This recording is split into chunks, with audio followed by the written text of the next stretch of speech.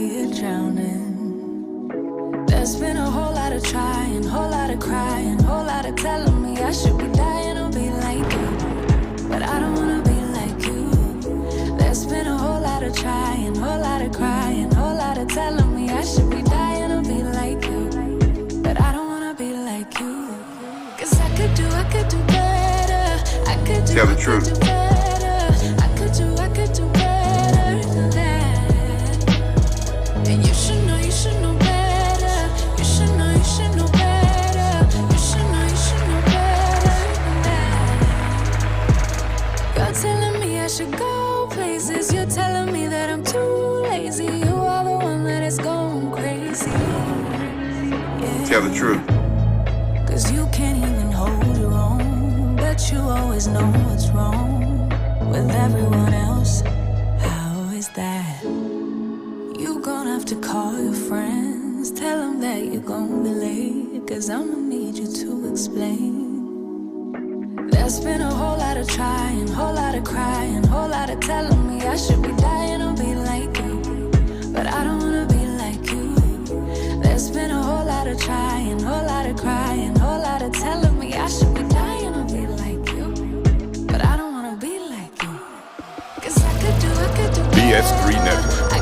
Changing the way you watch TV. You are now tuned to BS3 Network.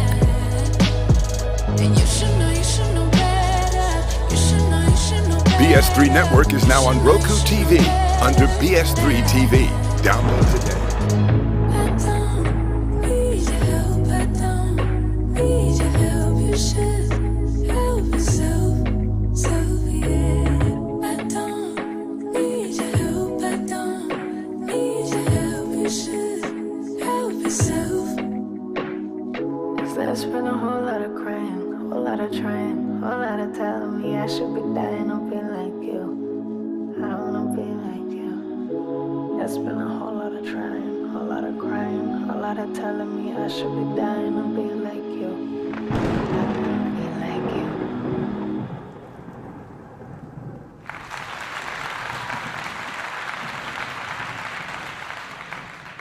You are listening to Information. Tell the truth.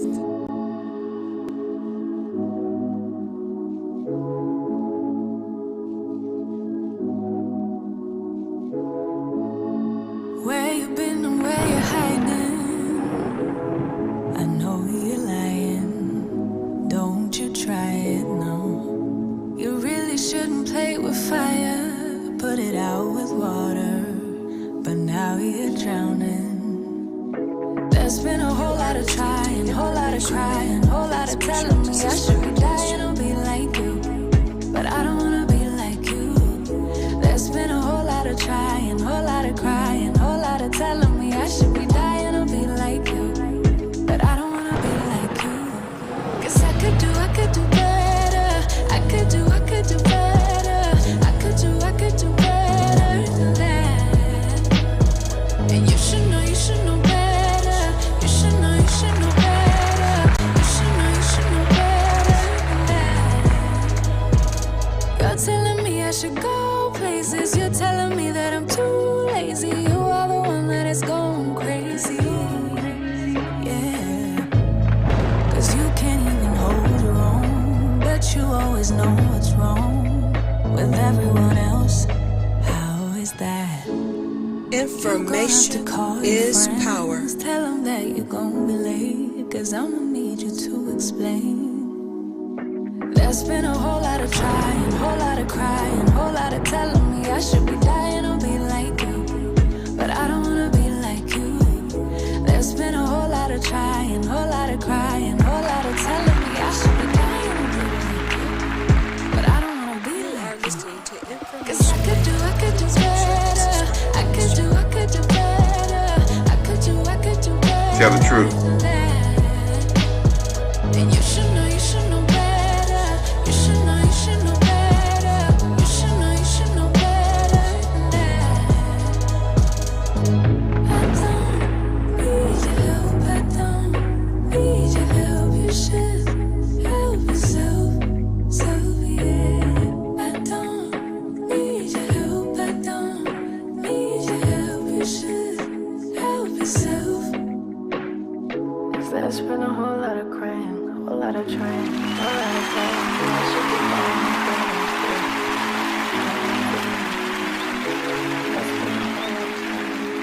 dying, a lot of telling me I should be dying and be like you. I don't wanna be like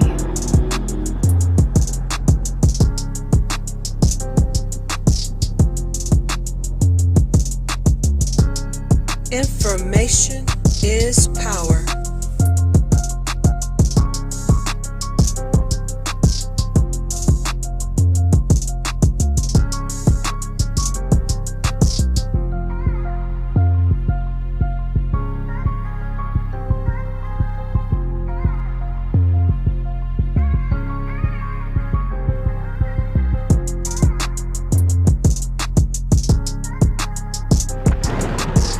Tell the truth.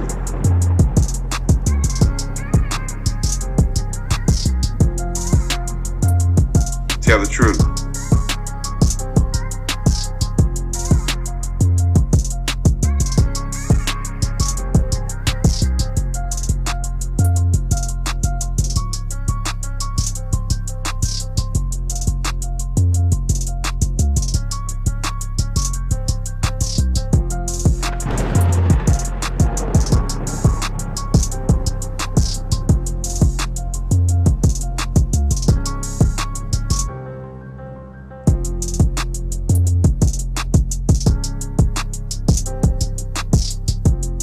Tell the truth.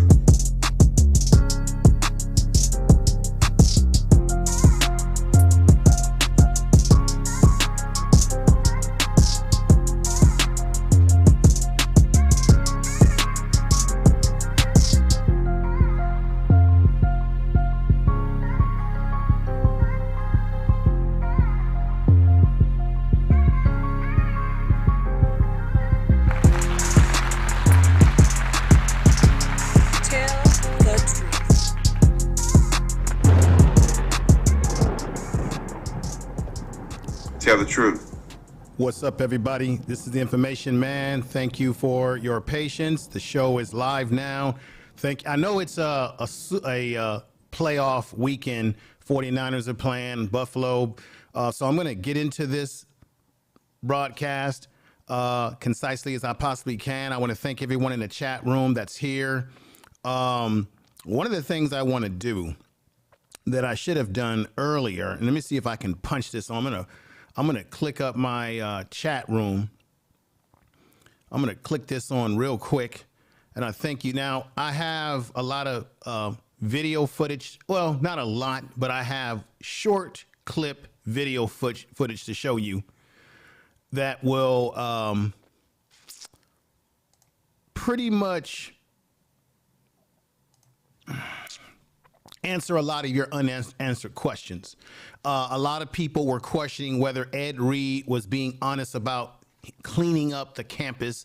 I've got footage of him cleaning up the campus with his football players as well as other student body that came out and participated in helping to clean the campus up. So Ed Reed, by no means was he lying and making up stories about that, because I've heard people on the YouTube streets question whether there's even any evidence that Ed Reed found garbage all over the place, because people were like, well, we didn't see the garbage. Well, I've got footage of him with his team, his cleaning up. We're going to show that footage today. I also have the footage of him giving his last statements, at least to the students, the players on the Bethune-Cookman football team. And it's raw, folks. And I know that some of you out there have already seen this footage. It's not new to you. But what's different about my channel and what I've done today with the footage is that I've expanded it so it doesn't look like a little letterbox. I expanded the footage, lengthened it so that you can see everything clearly in his emotions, how he felt. Now, just a few days ago, I went live on this channel to talk about Ed Reed and his rant that he went on. And we came to a vote about if it was mixed opinions about whether Bethune-Cookman, whether he was wrong or whether he was right. he read a letter saying that he was apologetic about not being professional and saying the things that he said about the university that were not seen as professional, and that he had talked to the administration and they told him everything is a work in progress around here at Bethune-Cookman. Now, remember, Ed Reed admitted to us all that he was out there under no contract. He had no contract. He was not officially the coach of the school, officially, but they had announced that they wanted to hire him as the head coach of Bethune-Cookman, as you see him right here. Tell the truth. And of course, they did not, they notified it. They didn't qualify it as, they didn't get him to sign on the dotted line. Bethune-Cookman reneged on their initial agreement to sign Ed Reed as the new head football coach of Bethune-Cookman. And of course, Reggie Theus, who he's going to speak about in this video that I'm going to show you today, was the antagonist that he went after, saying that there's some, he said, I cut the grass out here, but there's some snakes in the grass. There are people in this administration that don't want us to work with these kids and make things better. There's people who like things just the way it is, status quo. Now, that's Ed Reed's opinion. I'm not quoting him verbatim because you're going to hear it. But Ed Reed had a lot on his mind as he was exiting, giving his exit statement to his players and to those who were supporting him throughout all of his time while he was there at Bethune-Cookman. I want to say that it is a damn shame that this happened at Bethune-Cookman. I also want to say today, because I've heard a lot of things on the YouTube streets this weekend that I agreed with and disagreed with around this particular issue. But let's just keep it 100 right now. This broadcast today, for all you naysayers out there, I am not giving an indictment, or am I going to indict all historical black colleges. However, the black colleges that I'm going to display, because people say, hey, proof is always in the pudding. Well, I've got receipts today. I've got receipts and empirical evidence. There, I'm going to display to you some of the prominent or well-known historical black colleges that you are aware of that had some problems either currently or in the past. Now, I talked about Howard University and their problems just a year ago. I've got the footage and the proof in the pudding today. Tell the truth. Morris Brown had problems. Remember, they shut Morris Brown down because of fistful irresponsibility. Going to talk about that. I'm going to talk about some of the issues at FAMU. These are the schools that have problems. It's not all HBCUs, but it's a small glimmer of some of the problems that you have in HBCUs. Now, I'm going to be fair today because I've got footage which breaks down in an interview why HBCUs are in the state that they have been in a long time due to the failures of the federal government and state governments giving them the money that they're supposed to get in comparison to white universities. But the main theme that I kept bringing up to people as I was on panels this weekend, I was on my man Search for Uhuru just this, what was it, Saturday? And the question I keep asking and we keep wanting to run away from and backpedal from is what are the black historical colleges like a Bethune-Cookman? What are they doing with the funds that they do have? Because I'm going to surprise you today with some documents that I have, because according to, I've got all the clips and documents, but I am going to touch on this particular area right here that many of you may not be aware of. We talk a lot about Joe Biden and his administration and, how the Democrats or the Democrats or do nothing. And right here, this is from the White House. This is the fact sheet right here on how this is December 17th, 2021. Not that long ago. The fact sheet, Biden-Harris administration, historical investment and support for historical black colleges and universities. And I'm going to go over it. I'm going to surprise you with the monies that they are getting or has been designated? Now, have these monies gotten to these historical black colleges as of right now? Or are they still waiting on these? Now, remember, there are two different types of historical black colleges. There are those that are simply, as all get out, they are simply what we call private institutions. They are completely private, okay? And then you have what we would call state-funded or state-run historical black colleges. Case in point, Jackson State, where Deion Sanders was at. Jackson State is a state-funded and run institution. And normally state-run and operated institutions like a historical black college like Jackson State, they are eligible to get both state money and federal money. Tell the truth. Tell the truth. Okay. Now, private institutions like Bethune-Cookman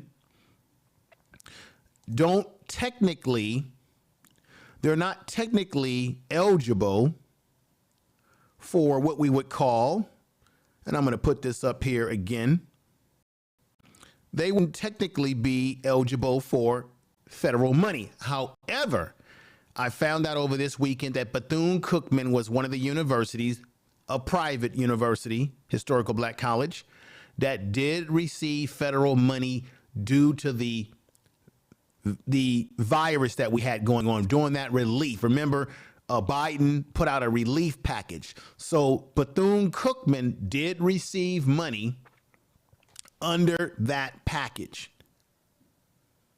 So I just want to make this right. This is about facts. Everyone on, people run around on YouTube just talking out of their mouth, but they have no facts, no data, no research. So Bethune-Cookman has gotten some money. However, it was also brought to my attention by a young lady who was on the panel with me over at Search for Uhuru's channel. And she did not go to Bethune-Cookman, but she lives in the community. And she said that they were also devastated, Bethune-Cookman, by a lot of the hurricanes that take place in Florida. Now, of course, if you live in a hurricane or whatever environmental problems you have in the community, one would use common sense to have an insurance policy to deal with the hazards that you live in, such as hurricanes, okay? And so, yes, they were hit by that hard, but the bottom line that I have today in my opening statement here is, what are they doing with the money that they do get before they even get the money that they're supposed to get coming down the line? Again, historical black colleges have been underfunded in comparison to PWIs. That's a fact. Tell the truth. We cannot run away from that fact. However, we have several historical black colleges, not all, but I'm certainly going to show you putting in the evidence today, those colleges that have had some fiscal issues. There are some historical black colleges that have had mismanagement, fiscal mismanagement by the administrators of their university. And I'll give you an example right here. Here we go. Tell the truth. Right here.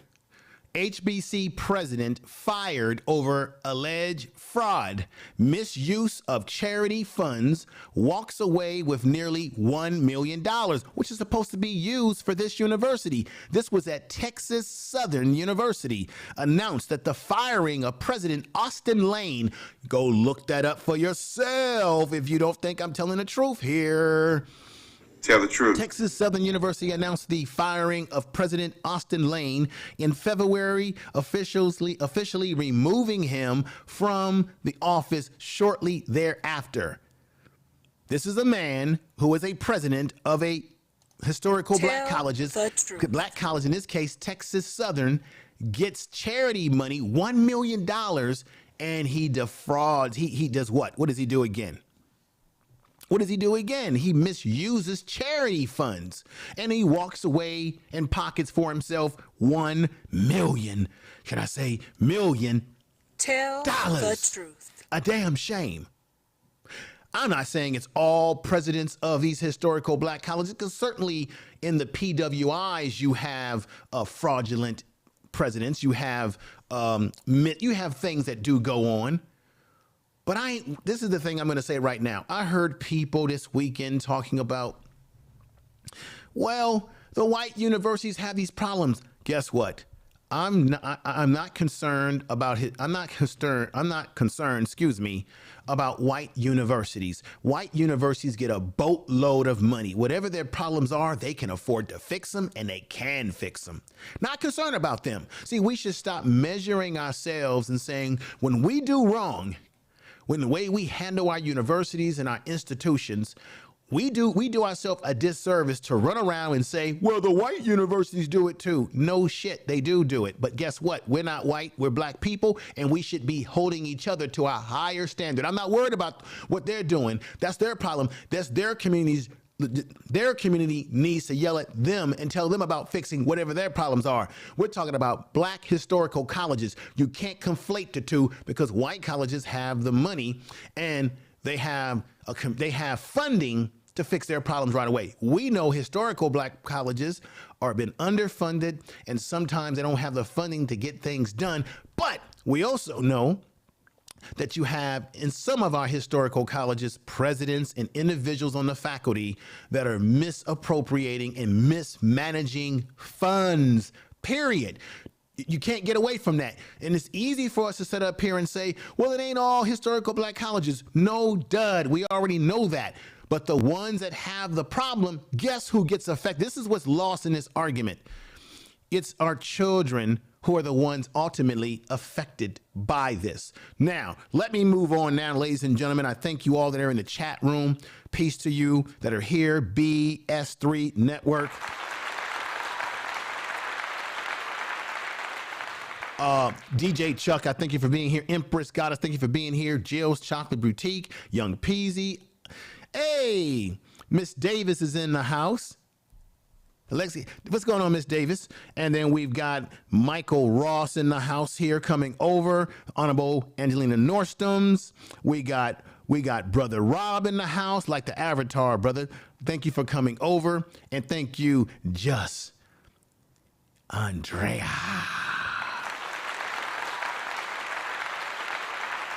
All right. So once again, for anybody that comes in, I'm not indicting all historical black colleges here, but to me, there's way too many that have problems, and those problems are historical problems due to funding, but they're also mismanagement of funds, and we just can't escape that. Now, let's go over and to Ed Reed right now. Now, Ed Reed, as we know, had a rant about the Bethune-Cookman, and people didn't like what he had to say about Bethune-Cookman, his criticisms and what have you. What I'm going to do, for those of you coming in who either haven't seen this or need to see this again, let's play in its entirety, and I'm not going to talk and stop it. I'm going to let it play all the way through. Let's see in all of its entirety what got him in this situation where Reggie Theus and Bethune-Cookman, Reggie Theus being the athletic director, decided to walk away from Ed Reed. You do your best guess here. Do you think Ed Reed was wrong? Do you think he was right? Put a 7 if you think he was right, an 8 if you think he was wrong in the chat room, or a 9 if you just don't know. But let's go here with this video, and then I'm going to bring you to his exiting video where he has some emotional words to say about the school. If you think the first one, his first rant was something else, you haven't seen nothing until you see the next one I'm going to show you. So let's see that right here. Won't change around here. You saw the front of the building. Terrible. This the back of the building. They working on the front of the building. This the same people said, we gonna help you build what you want.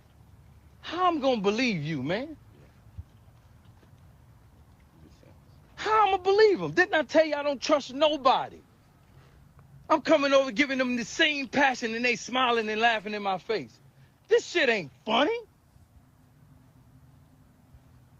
We gonna ride through the fence that they ain't fixed the fence. We about to ride through this fence.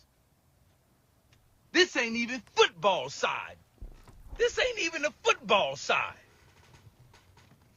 And y'all talking about Madden at my Uncle Prime. Y'all mad at Deion, mad at Prime. This shit is every HBCU.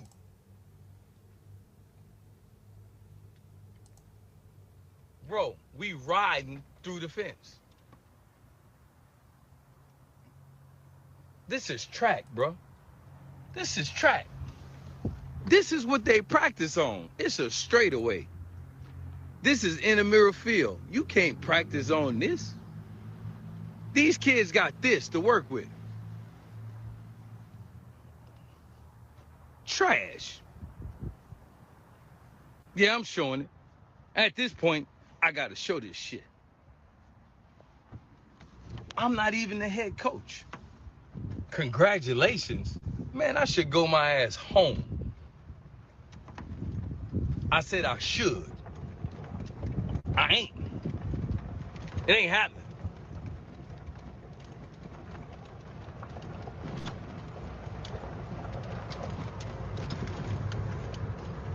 Cause of that lady right there. Cause of her right there. Miss Mary, you see her with the cane? Coach Kane. That's what you call me. Coach Kane is who I am.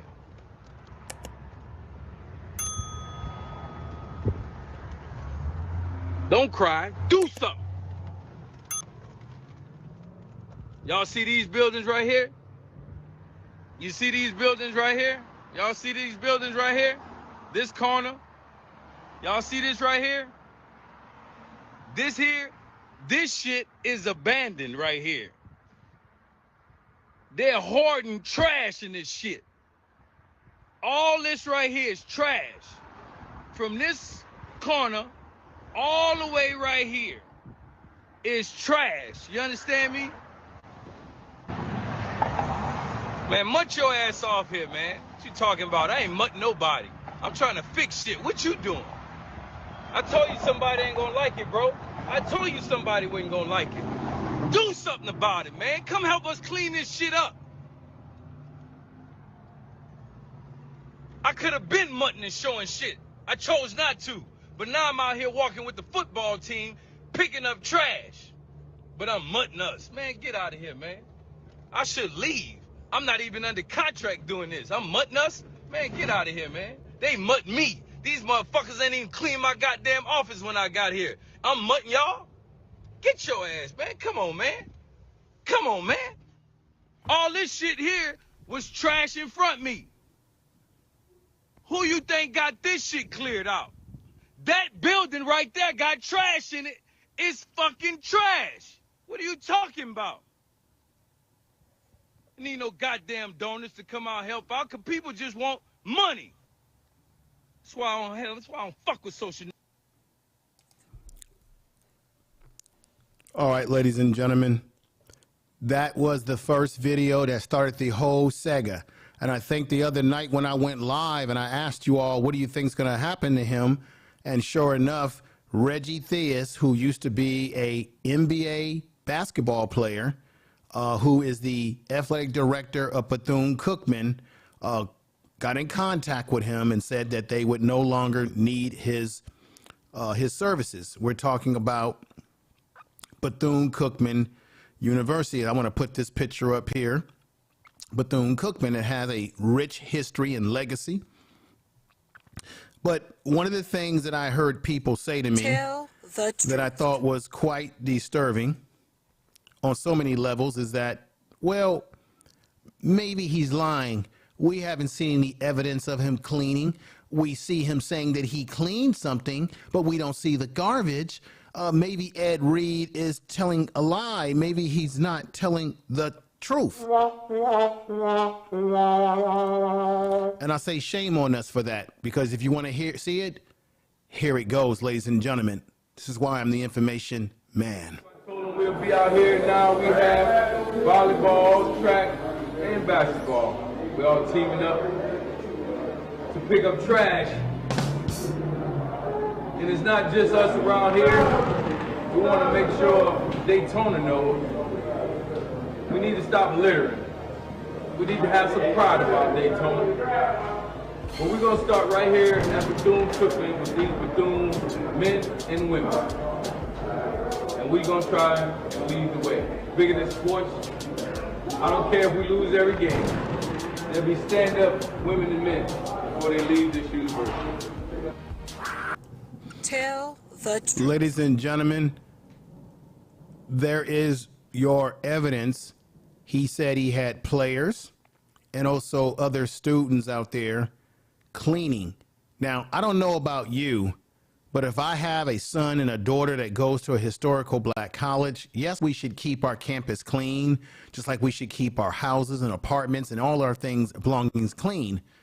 But if I'm spending a lot of money to send my child to a historical black college, I do not want my child necessarily to be a damn janitor or to have to clean and do the job that a janitorial department should be doing, which meaning does or does not, or how do I say this? Bethune-Cookman, do they or do they not have a custodial or maintenance department?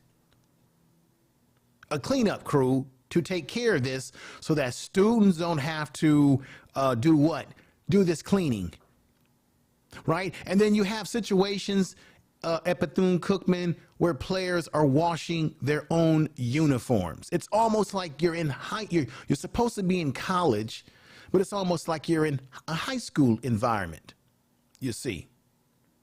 I think it was noble what he did with the students and his players, but I'm sorry. I don't think most parents, fathers and mothers, want their kids being sent to a university to be doing the job that the tuition that they paid at university should be going towards paying a crew to keep things tidy.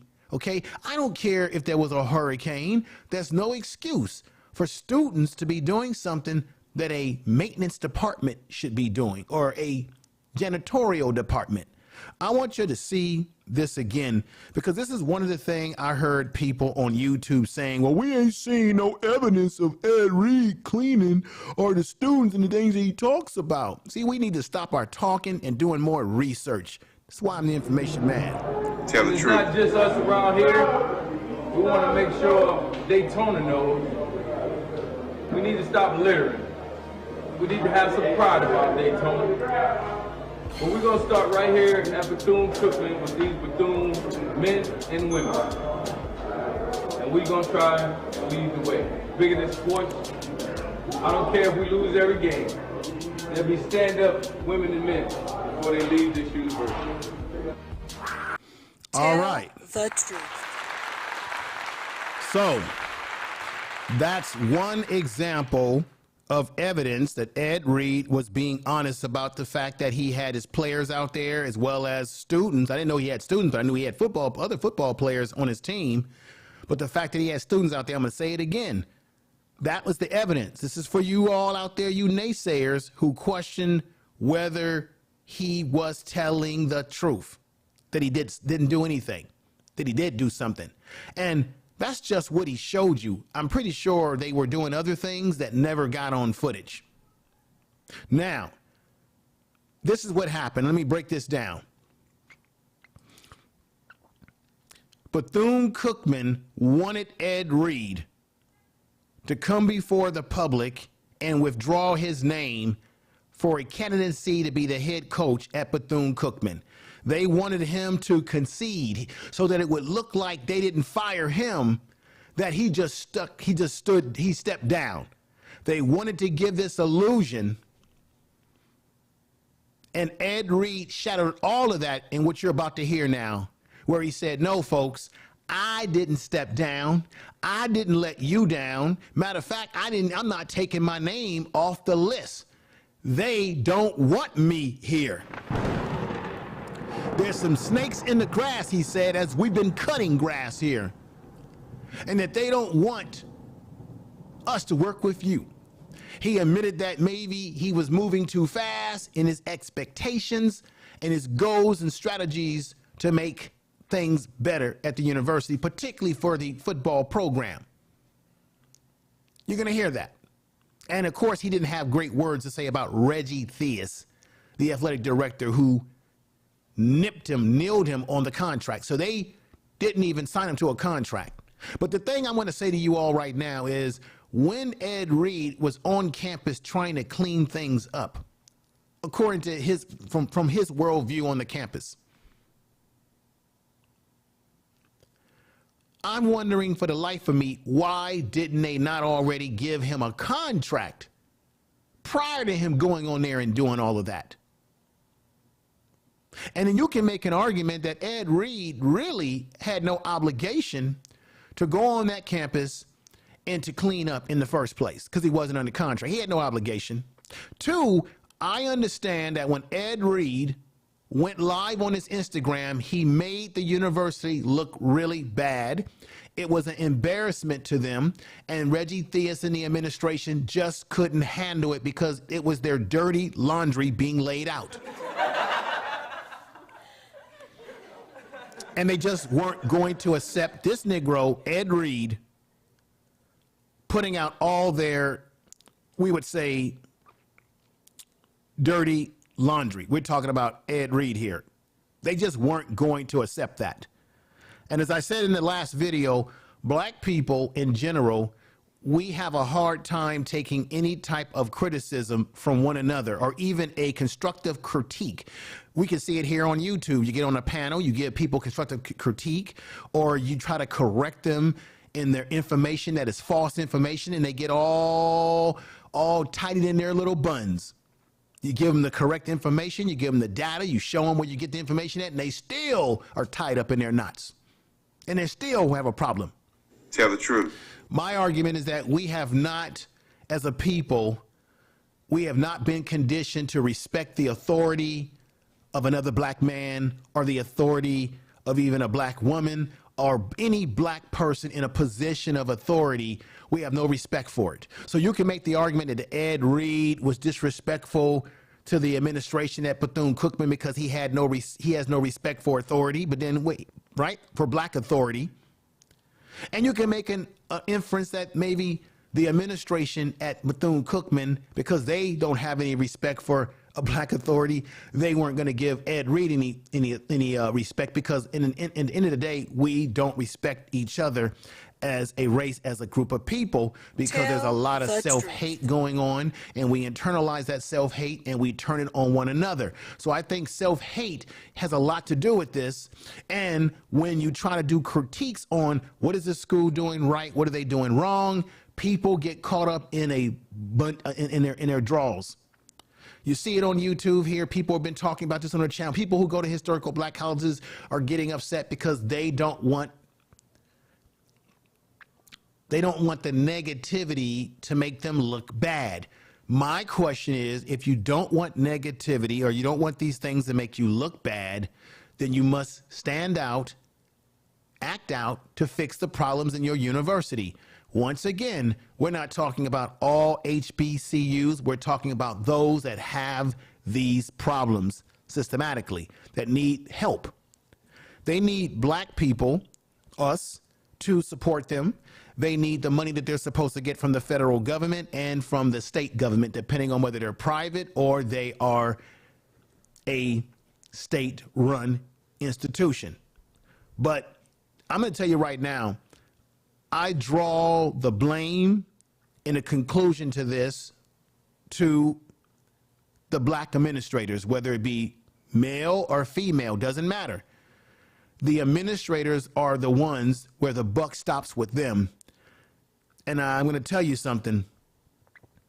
A lot of historical black colleges have a problem with being able to fill their presidential seats for their colleges. They have, and I want to show you something here.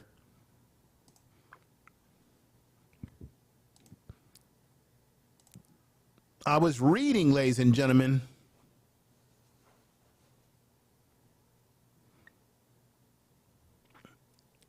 that they have a hard time filling their seats, that they've lost. Historical black colleges have lost presidents over the number of years where people have come and gone, and it's been difficult for them to maintain presidents of the school in their seats for whatever the reasons are.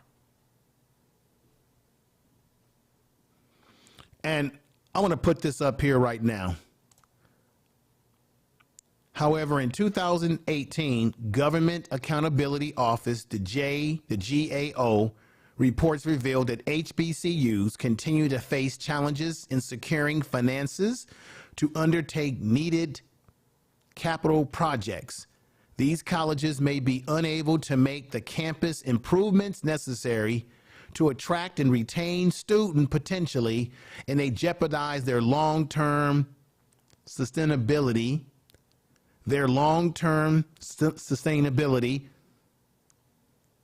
17 of 79 HBCUs surveyed reported that 46% of their building spaces need repair or complete replacement. It's a serious problem, ladies and gentlemen. Tell the truth. It's a serious problem. Let's go ahead right now and get to Ed Reed. This is what you definitely come for to hear, Ed Reed. And I expanded this in a way so that you can nicely see everything. And I want to thank you all out there in the chat room that are here watching this program. Make sure you share this video in your community tab if you're a content creator and in your social media. All of it, if you can, push this. I appreciate that when you have an opportunity. Let's see Ed Reed right now. Let me give him a clap here. This is Ed Reed.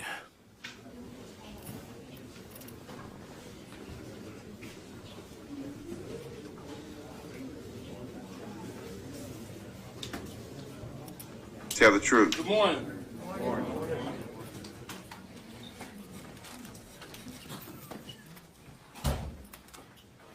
Temporary. You never know the day nor the hour. None of us know when that time will come. You understand? We've been around here trying to change things, and we have, and this has to change quickly. My vision for change is probably moving too fast for a lot of people. I'm not withdrawing my name, as they saying. They don't want me here. They do not want me here because I tell the truth. Tell the truth. Yeah, I've never had this many people here in the recruiting time, and Coach, I've been saying that. We've been here at 3 o'clock in the morning sometimes. I even slept here one night to make sure I was comfortable, and I was. My guy.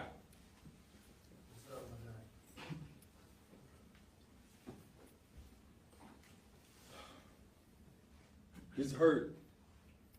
This hurt because I know people don't care about these kids like I do. Tell the truth. And they should be the ones leaving, not me. Because I don't want to. Why? Because Jeremy Greaves, who father I looked in the eye, and y'all mothers and fathers who I talked to last night, even though I knew they didn't want me. I took $2,400 out of my pocket and still gave it to the host, to host these young men. Shit, at this point, I'd do it for free. Because I have been for the last 3 weeks. That man have too. He drove from New Orleans because he believed in me and my vision. And that man right there who flew from California less than 2 hours and got off the plane, and he was here to see the ramp. He got off the plane, and what we started doing, young man? Motherfuckers. Yeah, I curse. And y'all done heard curse words before. They got parents in here. You know I don't want to leave. And like I told you, I want all these recruits. But they got some corrupt people in this world, some evil people that don't care about kids like I do. So I want y'all to hear the truth from me. I ain't withdrawing my name. I got the receipts. They got all kinds of stuff going on around here. Hoarding these buildings with nothing but trash in them. You understand me? And Deion was right. And I know I'm right. And they got some people in here who be snitching to their ass. And I work amongst Judas as Jesus walked with him. And I ain't have a problem with it. Because even Jesus prevailed. Sir. And what God got for you, no man can take.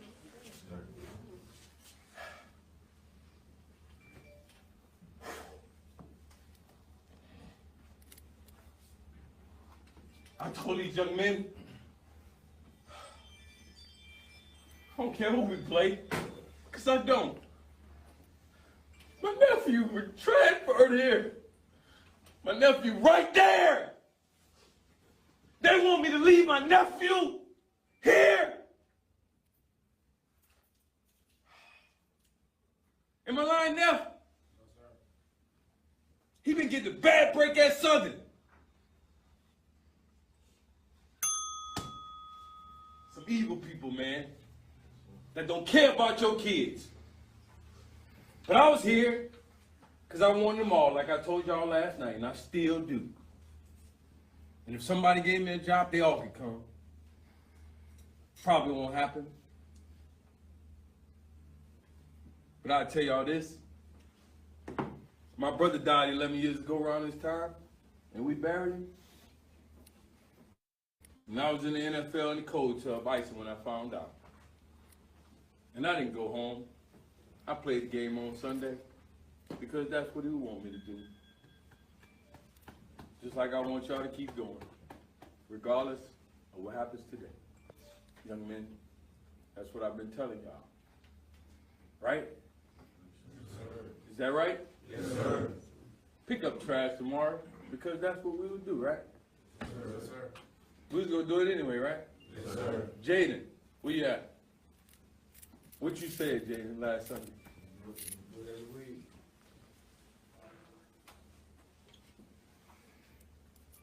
I'm not withdrawing my name as Reggie Thea's ass want me to do. He the one, and whoever else with him. He can't be an AD and a head coach.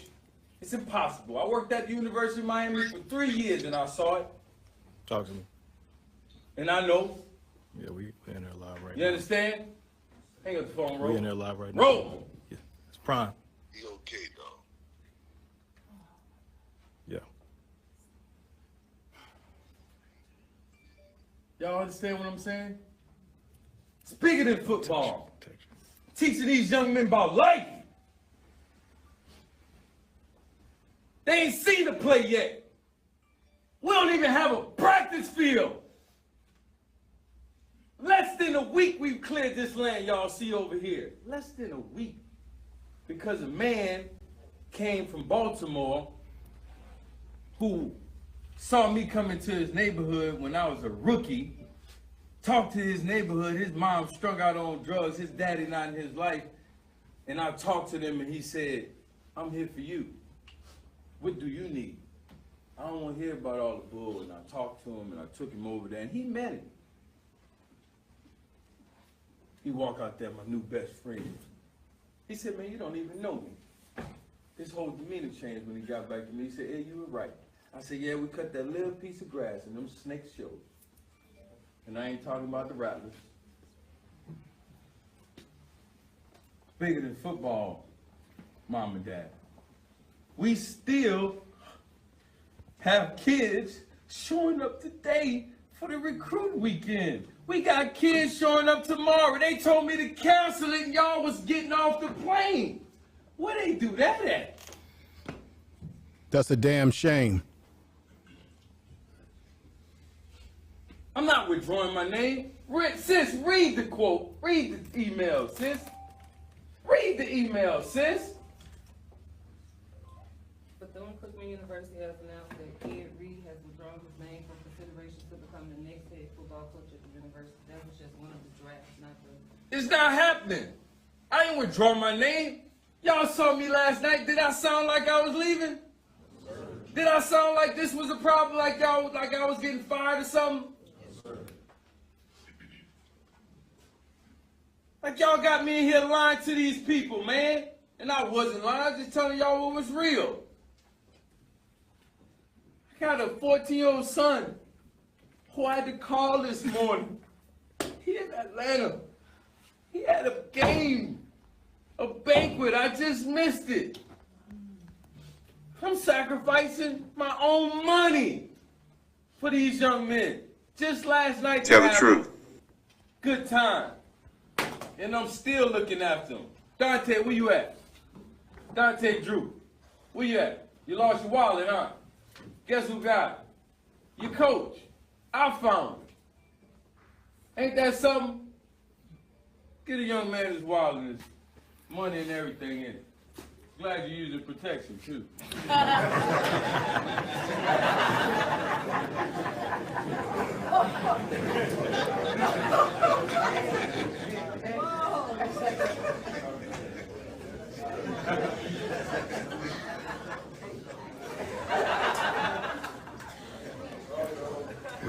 Reed.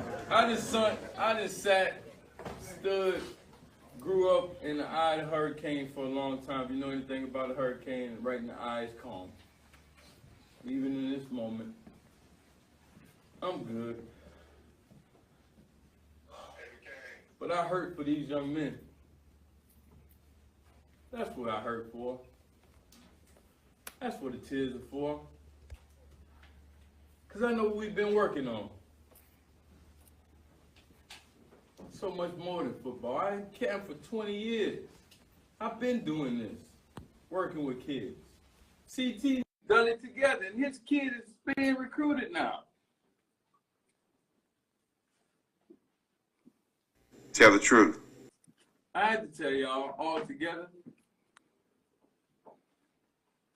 They don't want me here. It's not me. And that's just the truth. It's not me. I would not do that. How would I withdraw my name when I sat with Jordan Johnson? Jeremy Greaves' dad and parents looked him in the eye just as I did with y'all last night. Why would I do that? Y'all heard the lie. They lying. They ain't right. They not right. Say me, it ain't right. I spoke the truth. Just because you hear some curse words? Just because you hear curse words? When the Ku Klux Klan came in 1904 and stood right outside, and Dr. McClain stood just like this by herself. Come with it. And you weren't about curse words? When they got people who are out here trying to kill these young men?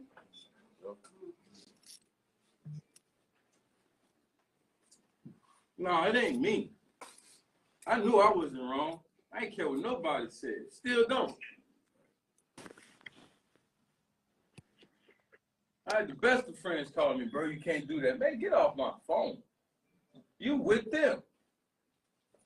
You playing the game. I don't play no game. I ain't got no time to play no games, politics. I never did. They didn't do their research. They thought they was getting, like a better word, a dumb job. I'm not. That's who y'all had raising y'all kid here. But good, man. Not perfect. We all make mistakes. And I apologize for mine. And I told them that they have to be professional. It's a teaching moment, as we use it as, right, Jaden? I had individual meetings with these young men, and we started by playing chess. Not checkers. But I said, all of y'all got one move.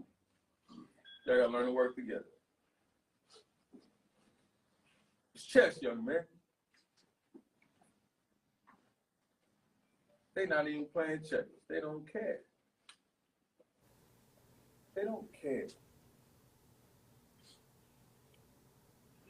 What's up, big bro? Right here, ladies and gentlemen, I'm going to do this. I did a great edit. And so Deion Sanders actually came on live to the individual on his staff that was doing the video on Ed Reed while he was speaking on his phone. And Deion Sanders came on board to talk to him and encourage him. So with the magic of editing, I was able to pull Deion's face out front so that you can hear exactly what Deion had to say to him. Here he is, Deion Sanders. Hey, I love you, man. You know that, right? Yep. We talked about this. We talked about this We know the structure, we know the order, we know how it's gonna play out. And you've been there fighting. Tell the I know truth. what you're feeling. I know what you're going through. You got to understand, Ed, God has a time and a place for you, my brother. And I know your heart. I know everything that's going on inside of you. You know, I know you like a book.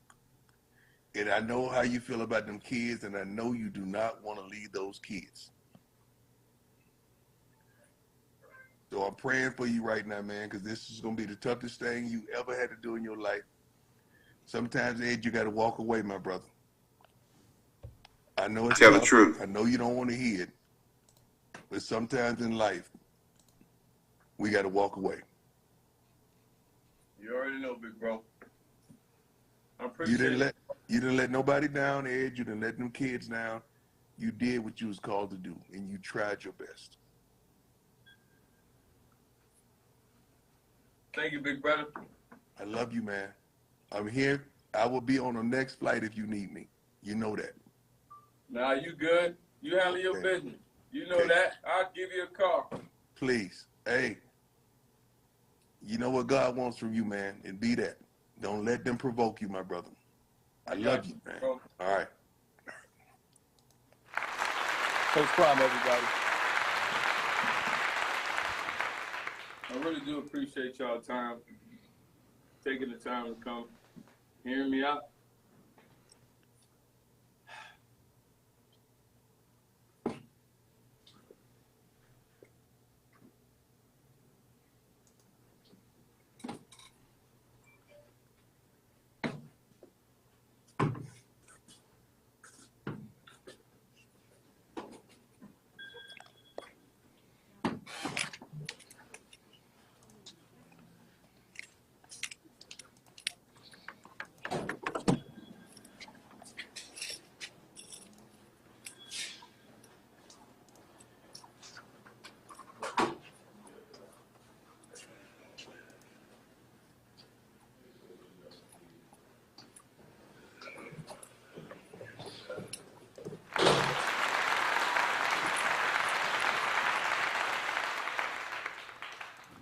All right, ladies and gentlemen, as you can see there, Ed Reed definitely became emotional. You had Deion Sanders that came on board to give him some well-wish words. Obviously, him and Deion have had conversations about Deion's experience at Jackson State, and he told him that, you know how it is, and that sometimes you have to leave the situation if it can't be amendable. It can't work. I don't really, my attitude is like this. I know there's people out there that feel that Ed Reed was wrong, and I've got no ill will towards anyone that thinks that he was wrong about what he said about the school. Maybe what he said was not the problem. Maybe it was the fact that he did it on social media and put the whole university on blast, as well as other HBCUs on blast.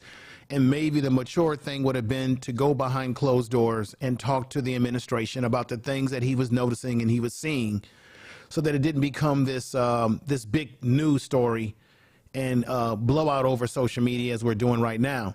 So I think that might have been the best decision. But then on the flip side of that, maybe Ed Reed exposing Bethune-Cookman in this way, maybe this could be a way, maybe this will open up the door for Bethune-Cookman to reassess their campus in the way they're doing things based on what Ed Reed attempted to expose. So maybe in the end, Ed Reed doesn't have the football job, but maybe this will jolt them to do some things, because now all eyeballs are on them right now based on the situation with Ed Reed. So there's so many different ways you can look at this whole situation, good or bad. But Ed Reed, when they hire these high-profile individuals that played in the NFL, they come from a world where they're used to things being manicured, things being in place. And I think it's a culture shock for some of these, what you would call celebrity athletes, who have probably never been to an HBCU, don't have, they don't have the kind of history to understand. They may not have the knowledge to understand how these schools are not properly funded, but I'm going to say this again. The presidents of these schools have to be held accountable for what they're doing and not doing with the money that they do have, that they do get. And I'm going to show you some of the money that they have been getting and what they do get. Now, the issues that Ed Reed, is bringing up is not isolated, folks. These are not isolated situations because they've got some other problems. It's not isolated. It becomes a systematic problem that they continue to deal with. So when you look at Ed Reed and you say, okay, he was wrong for saying what he said, he looks bad, now you lost the job, the sucker got what he deserved. Some of you will say, hey, he got what he deserved. Or was Ed Reed right? Because before Ed Reed got there, Bethune-Cookman had problems. Let me let you see a video, and this happened not that long ago. This is about Bethune-Cookman, and once again, we're not talking about all HBCUs, but we are talking about some of them that have problems. It's a bigger issue than just Ed Reed or even a Deion Sanders. This has been going on for years, whether it be because of poor funding, but we have to also be honest that they've been mismanaged. I did say in the opening of this show that there was a president of Texas Southern who took charity money in the tune of $1 million. He walked away with nearly $1 million. Mismanagement and misappropriation of money that probably was supposed to go to the university. And this man tries to snake it around. This is a president of one of a HBCU, in this case, Texas Southern University. Look it up. This is the news clipping from it. This is back in 2020. That's not even that long ago. It's not like I'm bringing up ancient history here. You see. With that said, let's go ahead. Tell the truth. And let's go ahead and play this news clip. This is about Bethune-Cookman, ladies and gentlemen. Some of the things I'm going to show you are going to blow you away. Here we go. Bethune-Cookman University's battle to dig out of debt. The historically black university has been dealing with financial struggles. That's the key word. They've been battling to get out of debt. You know, a lot of the there are some historical black colleges that have gotten loans from the federal government, and they have defaulted on those loans. They've had a hard time paying back what they owe, and they get into more and more debt. Bethune-Cookman is no different, ladies and gentlemen. Let's play this. To dig out of debt, the historically black university has been dealing with financial struggles for years now. But today, it announced a new strategy to hopefully get back on track. News 6's Jerry Askin explains. University leaders saying it's a step to better address their financial struggles and work towards paying off old debt. An agreement, they say, settles an old dorm deal and works to maintain some of the buildings here. I know we had a lot of fear about where we would end up. Senior Mervia Swice here at Bethune-Cookman University knows BCU has seen its share of financial struggles, and that's why she's glad to know more is being done to change that. Well, I do think that it does affect the academic performance and future of the students. Today, university leaders announced they required a new loan agreement after what they say was a bad dorm deal for this on-campus dorm back in 2014. It was the worst deal in the history of our university. Interim President Dr. Hiram Powell said the new agreement has the university now paying about $108 million compared to the original loan of more than $300 million. It's in part thanks, he said, to a program by the U.S. Department of Education for debt relief that a few HBCUs received. What confidence do you have that these financial struggles the university has had before will not happen again? We put some financial controls in place that will ensure that this won't happen. We've had budgetary training. This marks a new beginning for Bethune-Cookman. Board of Trustees Chairman Belvin Perry Jr. said the Finance Committee meets once a month, and they've also hired an internal auditor. Avoiding as much debt as possible, and two, living within our means. In Daytona Beach, Volusia County, I'm Jerry. Tell the truth. All right. So you see, they had problems before Ed Reed even showed up. I'm going to say it again. They had problems before Ed Reed even showed his naked head on this campus. Okay? They had problems. So you can't blame all this on you. The university can decide to not hire Ed Reed as coach. They can dismiss him and make him withdraw his name and make him walk away in shame or whatever. I don't think he has anything to be ashamed of, right? You know, should he had handled things differently? You can make the argument, you can make the debate. But hell, he already walked into a situation that was a financial situation that they have been trying to get themselves out of. And now it looks like they got a new loan, and they had to hire, which they should have had in the first place. They had to hire new financial experts to help them keep their books in order, to help them spend their money right, as you heard the president say himself on that video clip. So no, Ed Reed is far from being the problem. Even with him going on a rant on Instagram, the problems outweigh at Bethune-Cookman and with their financial history and the debt that they've been in over the years, and they're trying to come out of it now. Oh, that problem was there before Ed Reed got there. Ed Reed simply got culture shocked. That's simply what happened to Ed Reed. But then think about the parents who send their kids to these universities that are not in the best of shape, and you're paying all this. And tell you what, Bethune-Cookman is a private institution. These private historical black colleges, as well as other schools, they're not cheap. They're not cheap by any means of the word. Now, let's hear from Eddie George. Eddie George is another NFL player turned head coach at HBCU.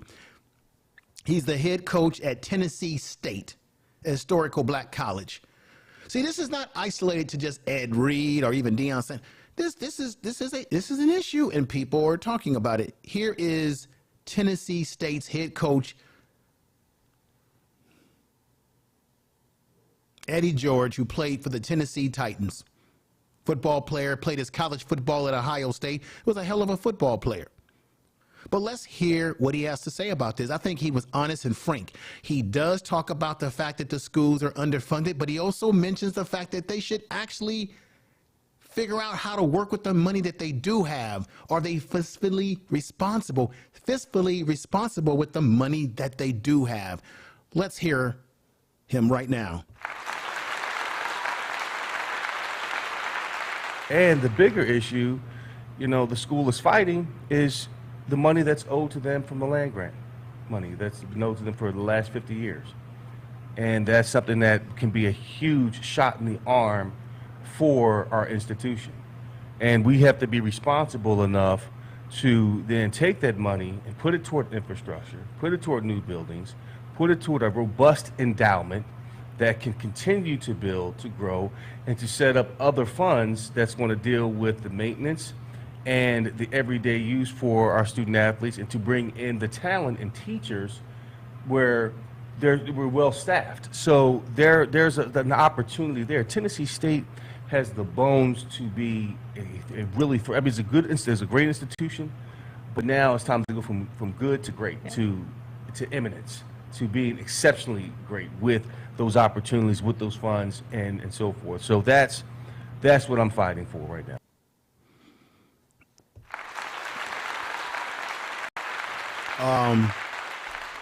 Narratives and dialogue. What's going on, brother? He says they get donations of all kinds and not just money. Things from Home Depot, etc., that could have been fixed. The student dorms, right? There's a lot of things that can be fixed. I'm gonna lay my hat on the fact that some of these universities just don't have. I'm not saying all HBCUs. HBCU University, historical black colleges, not all, but certainly there are some of them that are not being run very well. And you can't, I'm going to say what I said the other night. You can't blame the students.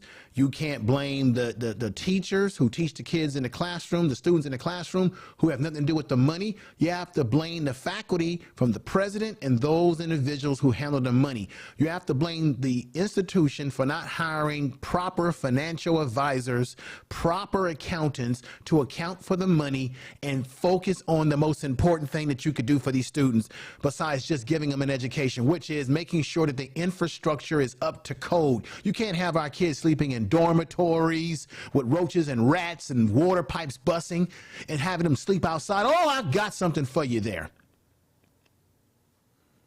Now let's look at one about Spelman College. This one's going to certainly blow your lid off. Spelman in Atlanta, Georgia. Now, we all have grown up hearing about Spelman and Morehouse. By the way, I found this out. Did you know Spelman is actually named after a white woman? So much for being a historical black college. Spelman is named after a white woman. Morehouse is named after a white man. Clark University is named after a white man too. Oh my God. Tell the truth. But let's just see this right here. Tonight at 5, Spelman students are sending a demand letter to administrators asking for better support here after they say hundreds of young women were forced to live off campus. Our Caitlin Ross is on the story tonight. What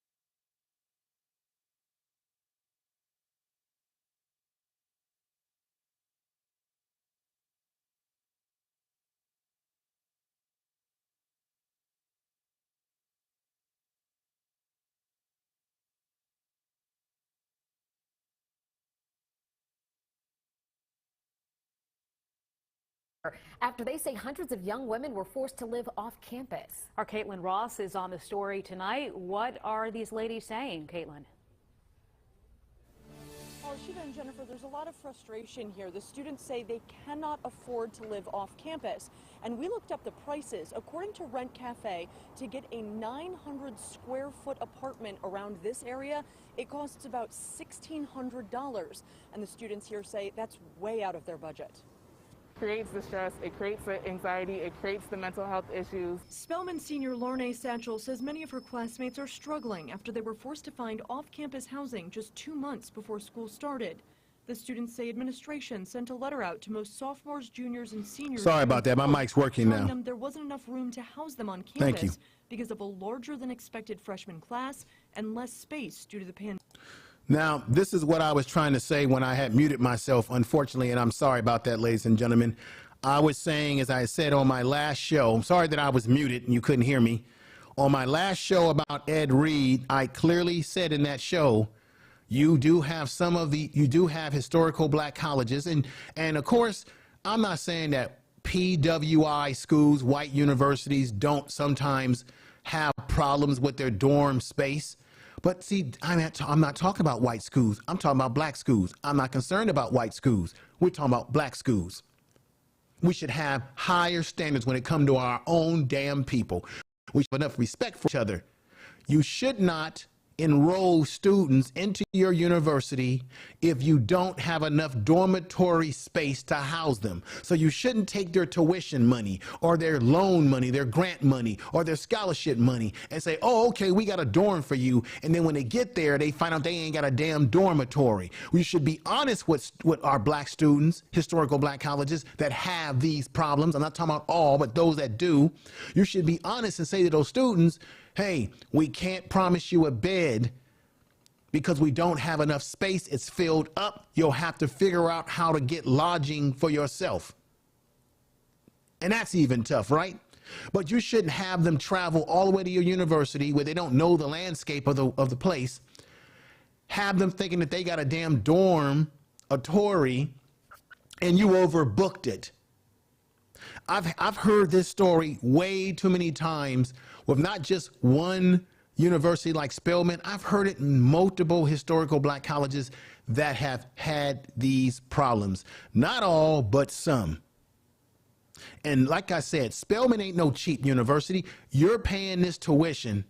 You would think that they would prepare this stuff a whole semester in advance. When these students go to vacation, go to summer vacation, you would think that they would do all the maintenance of these buildings, do the inspecting of these buildings for roaches and rats, that they would account for this is how many dorms we got, this is how many rooms we got, this is how many slots are available, and after we get over those slots, we can't tell any other student that we can promise them a dormitory room. Why can't they just simply have done this?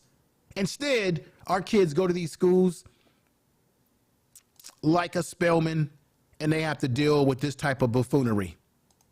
And it ain't all historical black colleges, but it's some. Larnay Satchel says many of her classmates are struggling after they were forced to find off-campus housing just 2 months before school started. The students say administration sent a letter out to most sophomores, juniors, and seniors June 4th, telling them there wasn't enough room to house them on campus because of a larger than expected freshman class and less space due to the pandemic.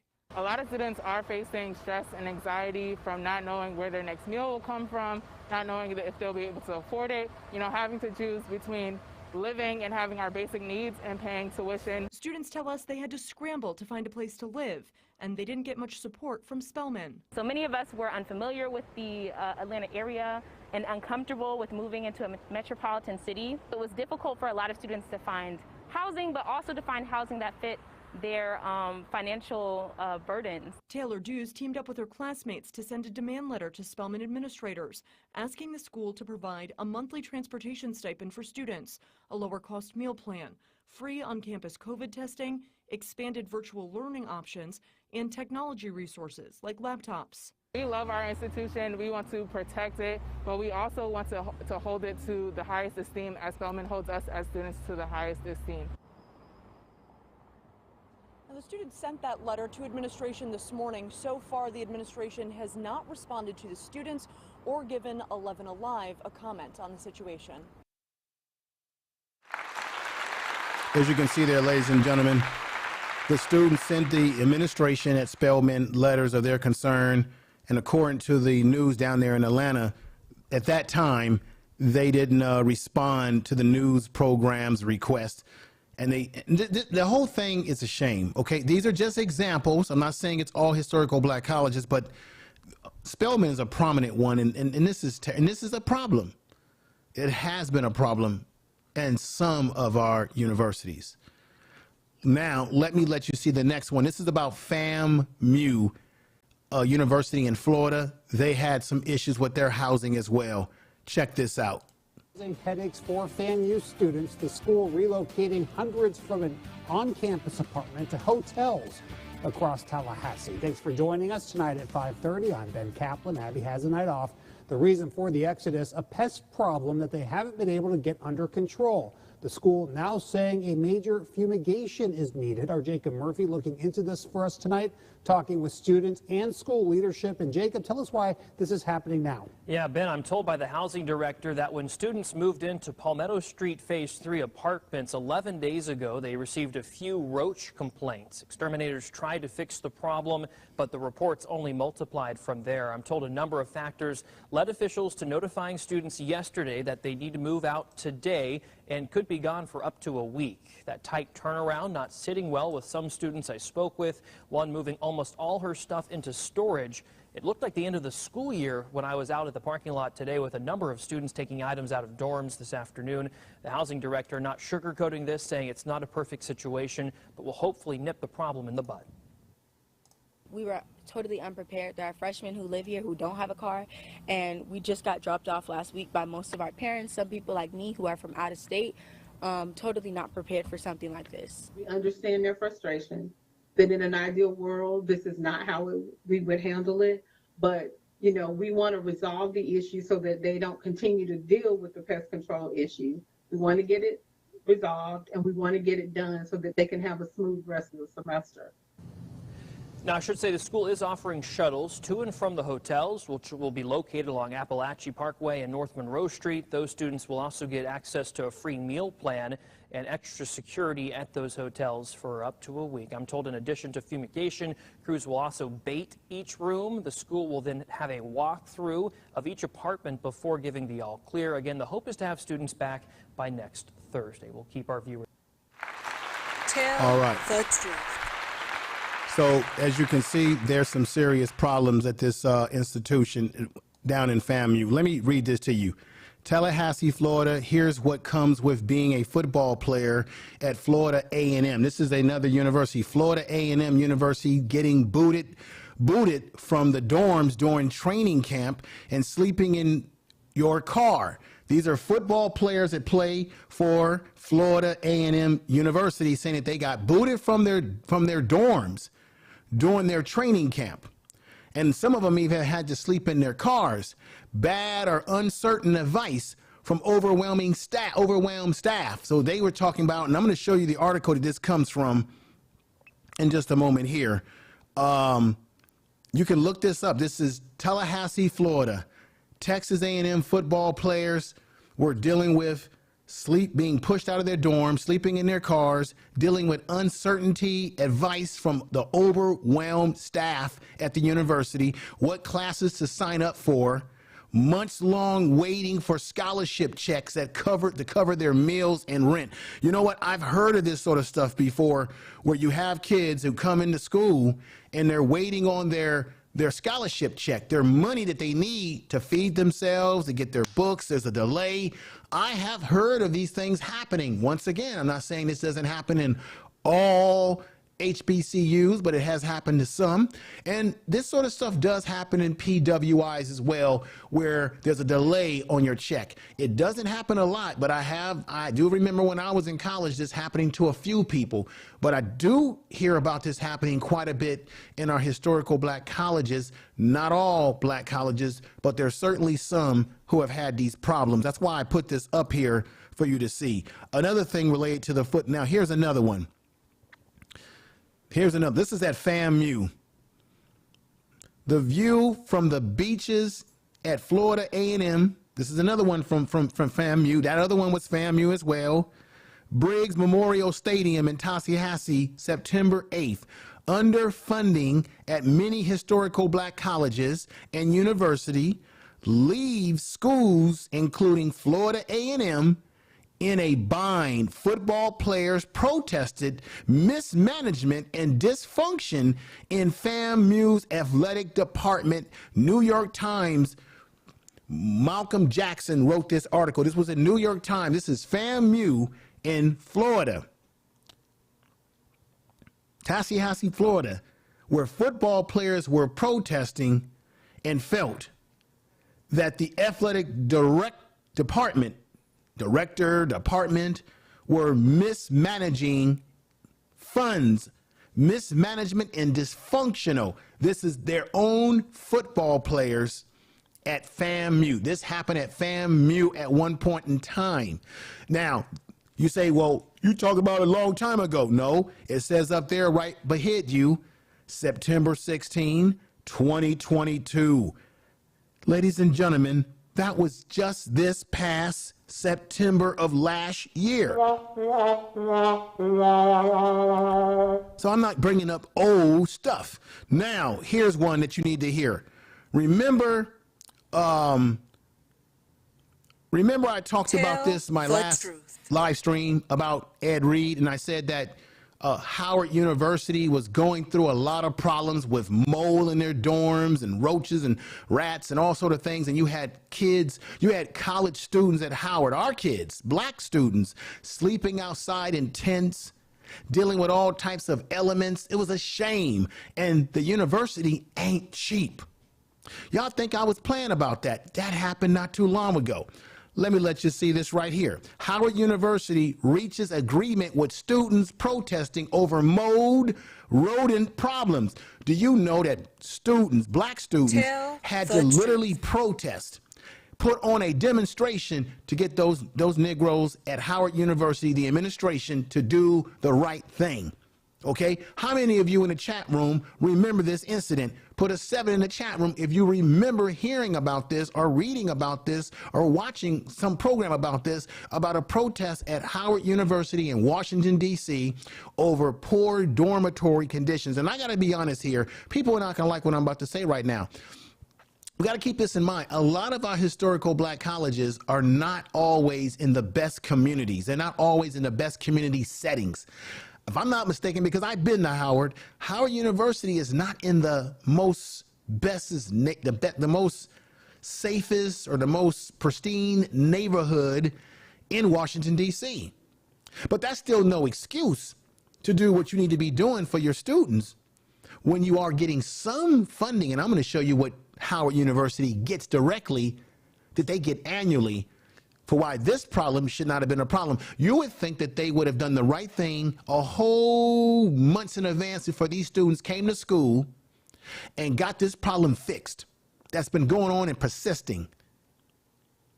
Let me read something else to you before I get to this video. We previously reported that Howard University reportedly has a mold problem that many students are speaking out about. Mold has been identified in at least 38 dorm rooms out of 2,700 total rooms on campus. Okay. You got to make an argument that that's not a lot, but after you see the video that I'm going to show you, you're going to find out, nah, this was a lot more serious than what they're trying to tell you. Per NBC News, students have reported to the university and shared on social media mold in the dorms, Wi-Fi connection problems, dining hall infested with rats and roaches. This is a damn shame. Information is power. Now, to let you know that this is true, you can find this right now. This is off of Howard University's Twitter page. Howard University says this: Howard University is pleased to announce we have come to an agreement with the students who occupy Blackburn and will share a long message from Dr. Friedrich on this topic later today. Basically, the students were protesting. They took over a whole area protesting to get the university to do something about the problem of mold and roaches and rodents. This is the damn shame. Why would students have to protest for you to fix something that they told you was a problem in the first place? I'm saying it again for the cheap seats. Why would students have to tell you to fix something that they told you exists and you didn't want to believe them to the point that they had to break out in protest to get something done about it? That's a damn shame. Tell the truth. Once again, I'm not talking about all historical black colleges, but I am talking about some historical black colleges here that cost a lot of money. Howard University is another historical black college that ain't cheap, y'all. What I'm saying is we got to do better. If we're going to run around here talking about we black and blackity black, and we're going to run around here talking about black folks built pyramids and we did all of this and did all of that, then why can't we keep dormitories up to date for students and get it together prior to them getting in those dorms for that school semester or year? Why didn't they have a maintenance crew, a pest crew, go around and check those dorms during the off season of the school to get them ready for the what? For the peak season of students coming back. It just makes sense, right?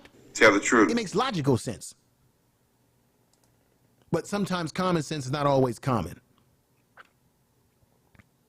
With that said, it brings me no pleasure to show you this most embarrassing video. For those of you out there who don't believe what I'm talking about, here's the pudding in the proof. Tonight, students at Howard University fed up with what they are calling unsafe living conditions. Student videos showing what appears to be pipes burst, insect infestations, and mold under beds and covering the walls. Coughing up blood, like I was coughing so bad I coughed up blood, like coughing for hours, straight. Students we spoke with say the mold is growing throughout the halls of the university dorms in Washington, D.C. Are you guys in the same building? No, I live in... You guys are in different buildings? Yes. Two buildings, both of you coughing up blood? Yeah. Both students are now living on the floors of the university cafeteria. Other students sleeping outside in tents and in sleeping bags, reporting to the university and posting on social media issues ranging from Wi-Fi connection problems to insect and rat infestations, like sophomore Tia Scott. My own room, we had a mice infestation with blood everywhere and everything. It was a horrible situation. Scott now among the nearly 100 who have vacated their rooms, according to the students we spoke with. She is camping outside for a second week. Right now, sleeping in a tent outside in the cold at night, trying to study for my midterms and keep my grades up while all of this is happening. Students now calling out the administration. I'm paying $5,000 for mold in my dorm.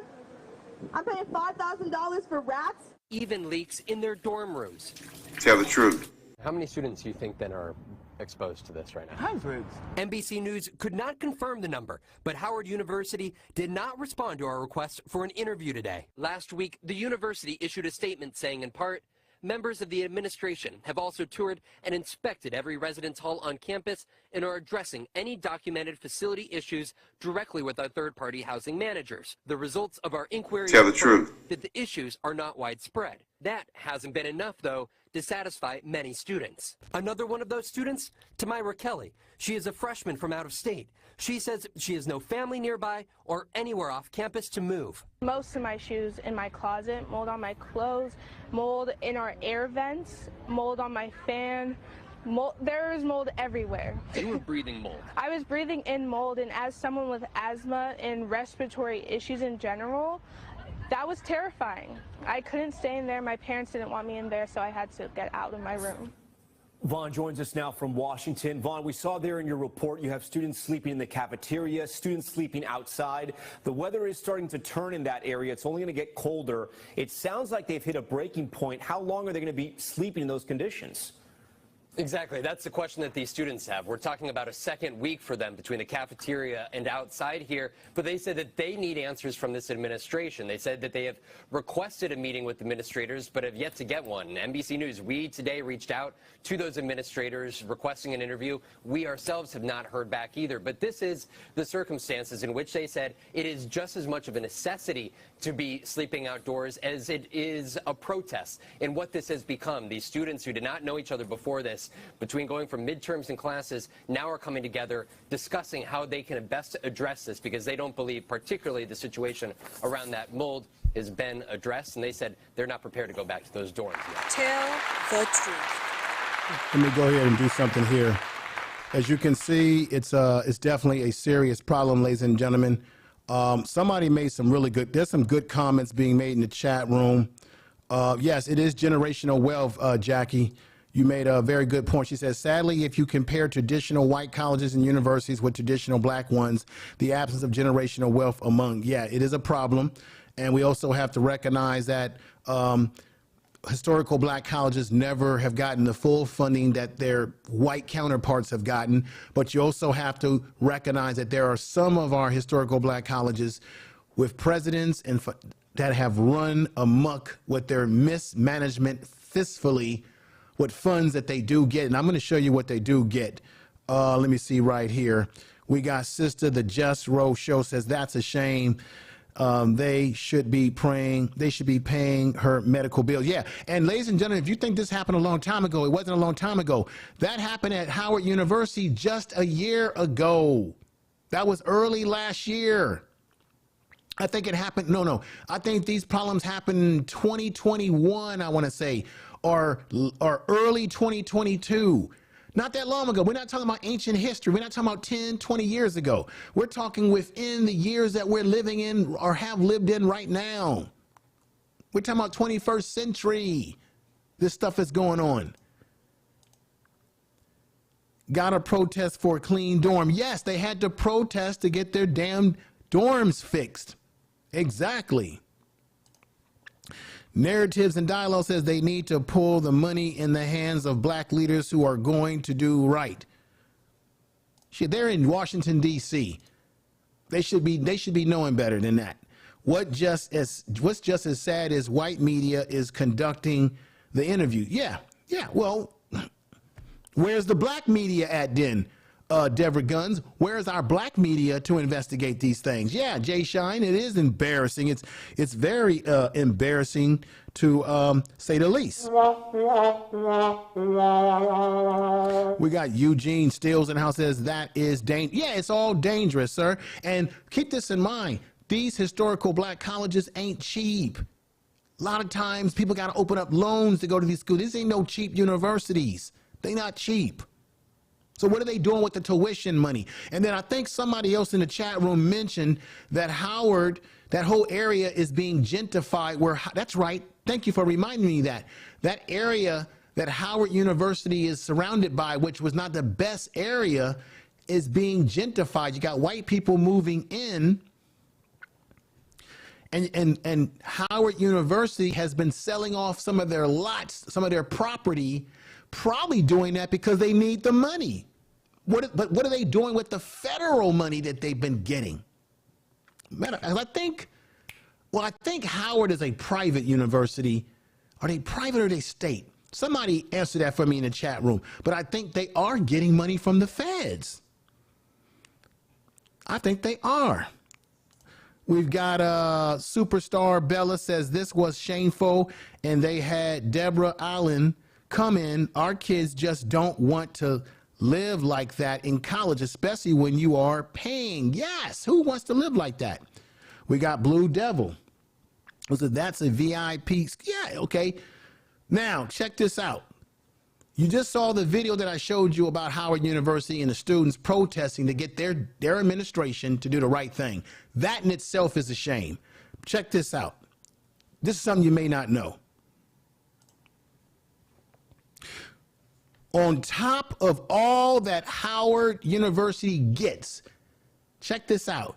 They get their own annual apportionment of $237 million, nearly $1 billion every 4 years, having been uniquely created and chartered by Congress in 1867. Do you hear what I just said? Howard University that you see right there is actually a university, a historical black college that was chartered by Congress in 1867.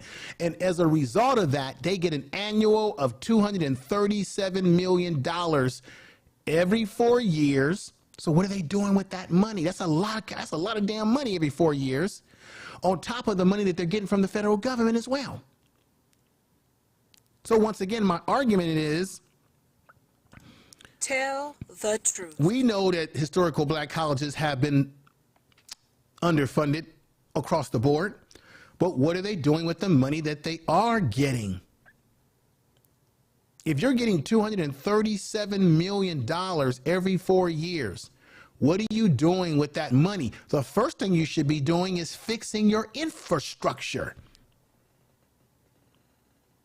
I mean, my God.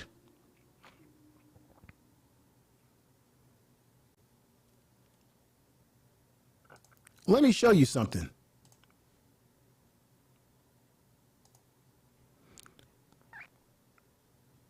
This is the fact sheet for the Biden-Harris administration, historical investments and support for historical black colleges.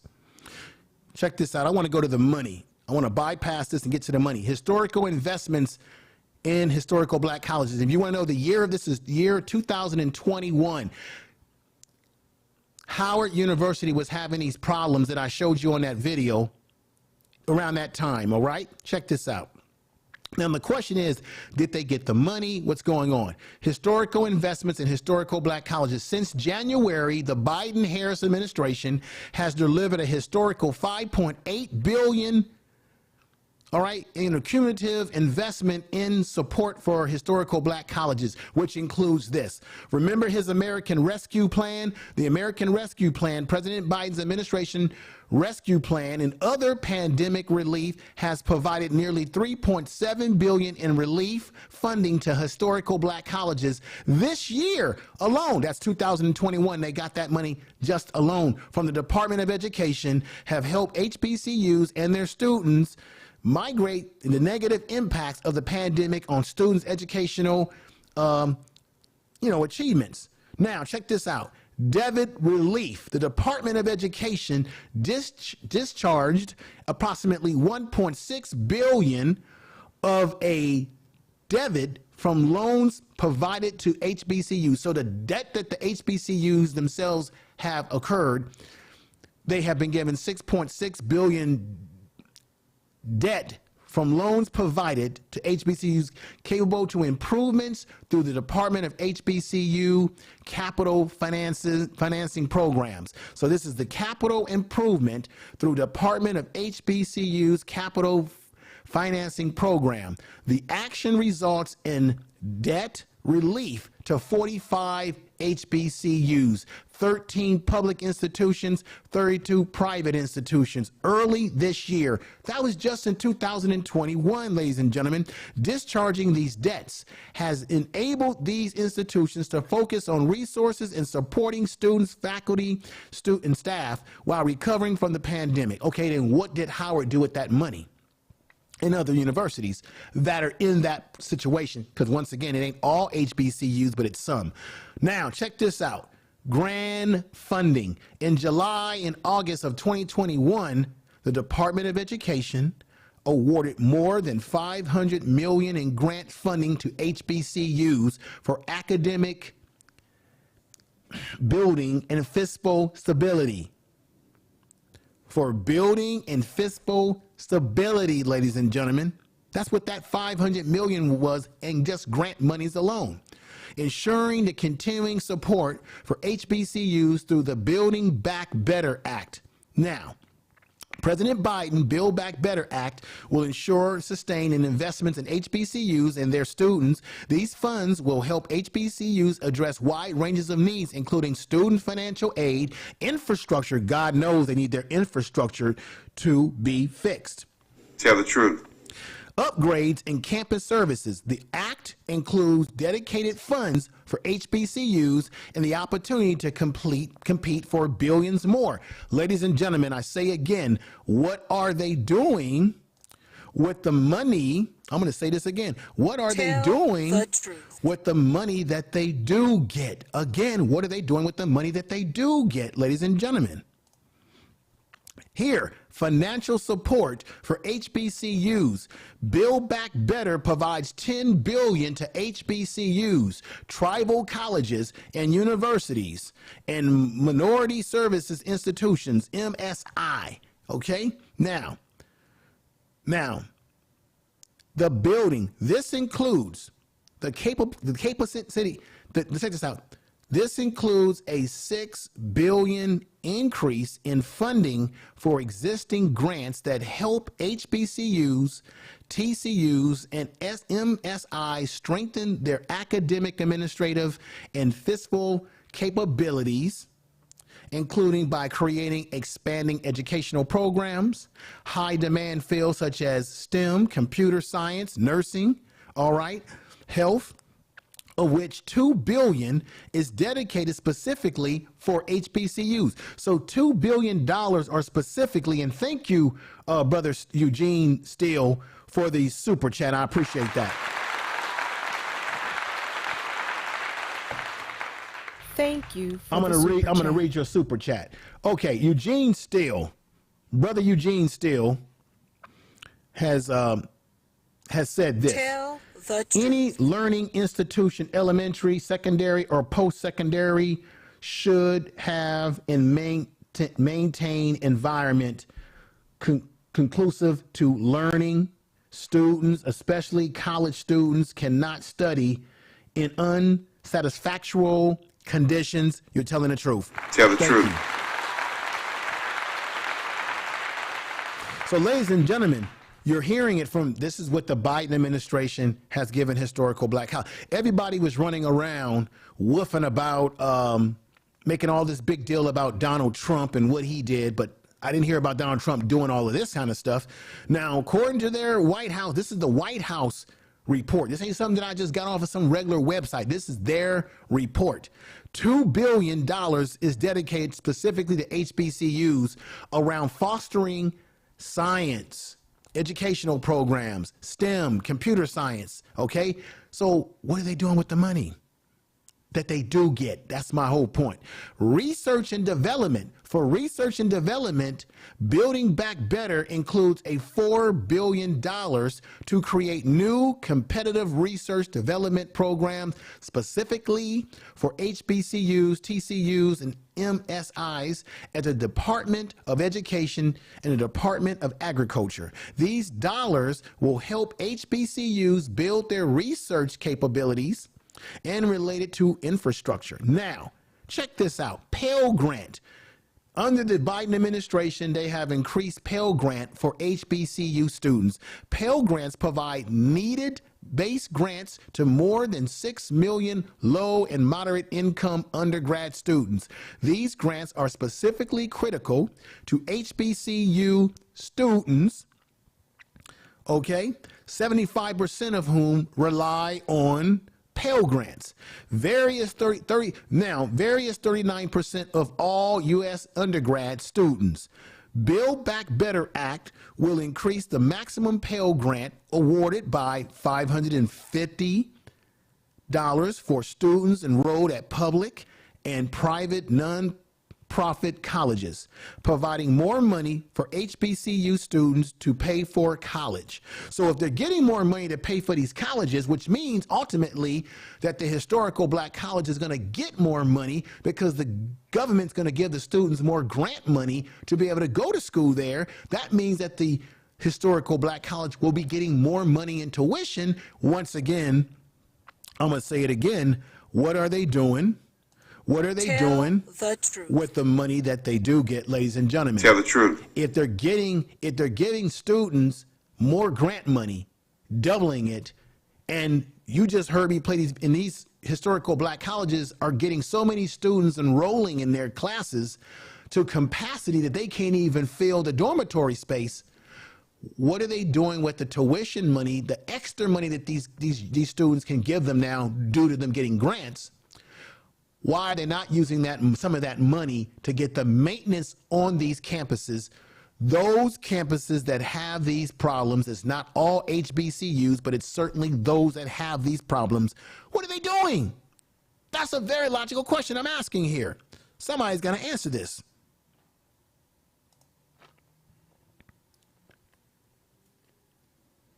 Increased funding in President Biden's fiscal year 2022. Uh-oh. Here goes the 2022 budget just a year ago. President Obama's 2022 budget requests for the Department of Education to include a total of $807 million in discretionary funding to HBCUs and an increase of $72 million over the last year. Over the last year, ladies and gentlemen, what are they doing with the money? I'm going to ask that again. Can anybody in the chat room answer that? And if you are getting something out of this podcast today and out of what I'm saying, if what I'm saying makes sense, put a 7 in the chat room. If you're not sure, put an 8. But if you're getting something out of this, because I'm giving you the numbers, I'm not making things up out of thin air. Way too many people get on YouTube and they just make up stuff out of thin air. This comes right from their budgetary office, the bill that Biden signed to make it possible. This is I just gave you the 2021 money. Here's the 2022. An increase They're getting $807 million in discretionary funding to HBCUs, an increase of $72 million over last year's funding levels, which will sustainably increase key HBCU funding streams to support research, infrastructure. I'm saying infrastructure again because that's what we're seeing is not in good condition, and student support services, amongst others. Now check this out. If I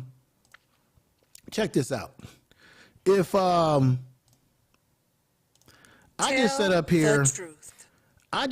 here and told y'all that, if I can find this again, I just sat up here and told y'all that Howard University gets its own annual apportionment of $237 million every 4 years because Congress chartered the school. If they're getting all this extra money from that, plus what Biden's administration has given them from 2021, and now what they've added, there is no reason for Howard University to be having these problems with their dorms, or there is no reason for them not to have these dorms repaired to the point where students have to get out here and protest like this. Tonight, students at Howard University fed up with what they are calling unsafe living conditions. Student videos showing what appears to be pipes burst, insect infestations, and mold under beds and covering the walls. Coughing up blood, like I was coughing so bad I coughed up blood, like coughing for hours straight. Students we spoke with say the mold is growing throughout the halls of the university dorms in Washington, D.C. Tell the truth. Are you guys in the same building? No. It's a damn shame, ladies and gentlemen. Again, it's a damn shame.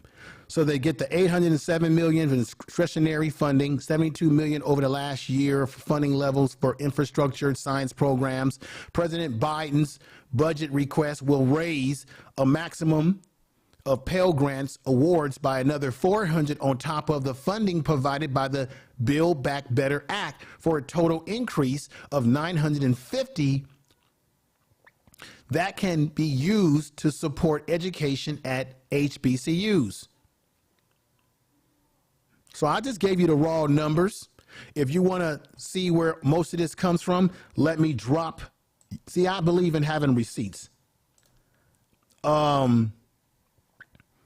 You know what? I can't drop this link in the chat room because this link is way too big. But let me let you see the name of it right there. I want you all to do your Google search right now. This is Fact Sheet. The Biden and Harris administration historical investment in support for historical black colleges and universities. December 17, 2021. I would drop the link for this in the chat room, but it's too big. It won't fit into the chat room. So what I'm going to do is put the link to this, which I should have did, in the description of this video, and you all can come back later and click into it in the description of the video and look at this for yourself. Okay? I'm telling you no lies. I tell you nothing but truth. You guys are in different buildings. Yes. Two buildings, both of you coughing up blood. Yeah. Both Tell the students truth. are now living on the floors of the university cafeteria. Other students sleeping outside in tents and in sleeping bags, reporting to the university and posting on social media issues ranging from Wi-Fi connection problems to insect and rat infestations, like sophomore Tia Scott. My own room, we had a mice infestation with blood everywhere and everything. It was a horrible situation. Scott now among the nearly 100 who have vacated their rooms, according to the students we spoke with. She is camping outside for a second week. Right now, sleeping in a tent outside in the cold at night, trying to study for my midterms and keep my grades up while all of this is happening. Students now calling out the administration. I'm paying $5,000 for mold in my dorm. I'm paying $5,000 for rats. Even leaks in their dorm rooms. How many students do you think then are exposed to this right now? Hundreds. NBC News could not confirm the number, but Howard University did not respond to our request for an interview today. Last week, the university issued a statement saying, in part, members of the administration have also toured and inspected every residence hall on campus and are addressing any documented facility issues directly. All right, let's talk about, as I get close to the conclusion, as I'm giving you a comprehensive show today, so I hope you really appreciate all the details that I'm giving you. I don't think anybody has given a detail like this on the YouTube streets. People just get on panels and do a lot of talking about it, but I'm giving you a nice comprehensive breakdown here. Now, Morris Brown is another historical black college that has a long history. They were founded in 1881. They're in Atlanta. A lot of people are graduated from Morris Brown. They're proud of the university, but they fell on some hard times just a few years ago where they lost their accreditation. I got to be honest. They lost their accreditation. I hate to say this, but it's the truth. Tell the truth. They lost their accreditation due to fiscal irresponsibility, fiscally being irresponsible with the way they handled managed funds. That means the money that they're getting from the federal government to the students' tuition, and it put them in a really bad situation where they literally had to shut the school down. They had fences around it. They had overgrown forestry and everything like that. Like, for example, take a look at this. This was their football field. It was abandoned and overgrown. Look at that. It's a damn, as we call it, damn shame. And that football field is not that far from where the Atlanta Falcons play. You see the what do you call it? The Mercedes-Benz. That they spend all that money building that stadium, right, for the professionals. And look at that. Morris Brown, they abandoned everything. The school lost its accreditation. Go ahead. Let me read something to you. This is very important. I appreciate those of you that are hanging around for this comprehensive report. It ain't pretty, it ain't sexy, but it damn is the truth. Let me read something for you before I show you this video. Check this out. Morris Brown. 3 things saved Morris Brown College according to its president and alumni in the African Methodist Episcopal Church. After nearly 2 decades in bankruptcy proceedings, rebuilding a crumbling campus, and I showed you this, certainly this does not look good. And you'll see a video of the campus. After nearly 2 decades bankruptcy proceedings and rebuilding a crumbling campus and seeking a new accreditation, Morris Brown may be back from its blink of closure. Transnational Association of Christian Colleges and Schools, a national accredited agency, approved the college application for accreditation because they lost their accreditation, ladies and gentlemen, in November, pending a successful site visit by the agency this month. The college will become a candidate for accreditation after first losing its accreditation more than 18 years ago. That's a damn shame. I'm going to say again, damn shame. That's why the football field looks like this and it was abandoned. This is really a damn shame. Reaccreditation could be a lifeline for a historical black college. Southern Association of Colleges and Schools Commissions on Colleges. Morris Brown, former accreditors, stripped the college of its accreditation in 2002. It's a damn shame. After former college president and financial aid directors were found to be, ladies and gentlemen, I hate to say what I'm about to say right now. It's not all black colleges, but ladies and gentlemen, it is certainly some black colleges that have this problem. You want to know why Morris Brown got its doors shut, closed, and it's become a shadow of itself? As you see on here, the football stadium looks like a ghost town. Tell the truth. Is because, check this out, the financial aid director of Morris Brown, the financial aid directors were found to be misappropriating. They were misappropriating money from the Department of Education. Damn shame. That's why. Without accreditation, Morris Brown no longer had access to federal funding, including federal student loans. This is a damn shame. Once again, it ain't the students that do this. It ain't the teachers. It's the people that work in the administration who play the funky games with the funding. What a damn shame, everybody. This should have never been happening. Never. Tell the truth. The college had enrolled more than check this out. Without accreditation, Morris Brown no longer had access to federal funding, including federal student loans and Pell Grants. The college had enrolled more than 2,000 students, but quickly lost them because people left after they found out that their money is being ripped off. The college had enrolled more than 2,000 students, but quickly lost them. Carrying millions of dollars in debt, the college filed for Chapter 11 bankruptcy protection in 2012 and sold most of its campus in Atlanta. Wow, that's a damn shame. In the last 19 years, the college never closed. It has operated as a shell of its former self, enrolling few dozen students each year and leaning on alumni, volunteer staff to keep the grounds upkeep. Wow, that's a damn shame. Some assume that the college is already closed. Google suggests that people search for Morris Brown often also ask, does Morris Brown still exist? A damn shame. Tell the truth. Now, ladies and gentlemen, what I want to do is show you something that's going to be enlightening, and that's a video about Morris Brown and them trying to come back from the dust. And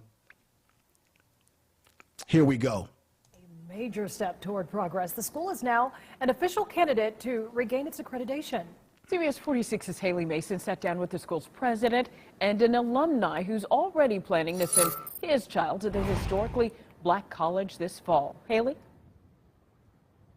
Tracy and Sean, this is certainly a major moment, nearly 20 years in the making for Morris Brown College. I talked to the president, who tells me this is just the beginning of this school starting to breathe new life. I want to see a thriving Morris Brown again, where it's full of students, full of energy, vibrant. Morris Brown College president Dr. Kevin James says the school is one step closer to its return to glory. It's celebrating earning candidacy for full accreditation. As a candidate institution, we have the full rights of a fully accredited institution. Dr. James vowed to fully restore the school and regain accreditation under a plan he called the Hard Reset. It's a new day for Morris Brown College. We have a new president, we have a new board, we have new faculty members, we have a new CFO.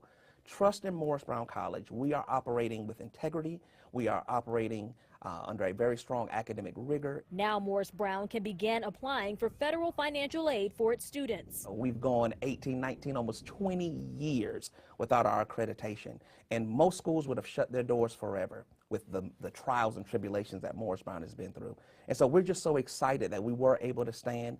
You know, we are a family here at Morris Brown. So this is where the hotel is going to be. A dedicated member of that family is Jeffrey Miller, a leader amongst alumni and a former drum major in the renowned Marching Wolverine Band. So even though we're smaller now, even though you know, we don't have the 2,000, 3,000 students enrolled, it doesn't mean that we ever lost that fire.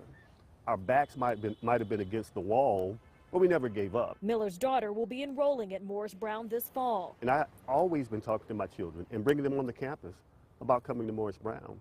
Now is just the perfect opportunity to bring it to fruition. Dr. James says they're only just beginning, and he's pushing for donors and fundraisers to take another look at Morris Brown. Morris Brown, we're back. We did it.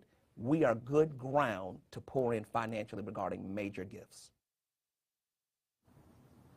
Dr. James says he looks forward to one day rejoining the United Negro College Fund as well as the surrounding Atlanta University Center. He said unapologetically that they believe Morris Brown is the heartbeat of the AU Center, and they look forward to bringing back college life, sororities and fraternities, the marching band, and some sports as they inch back into the fold. We'll have Tell the truth. All right, ladies and gentlemen.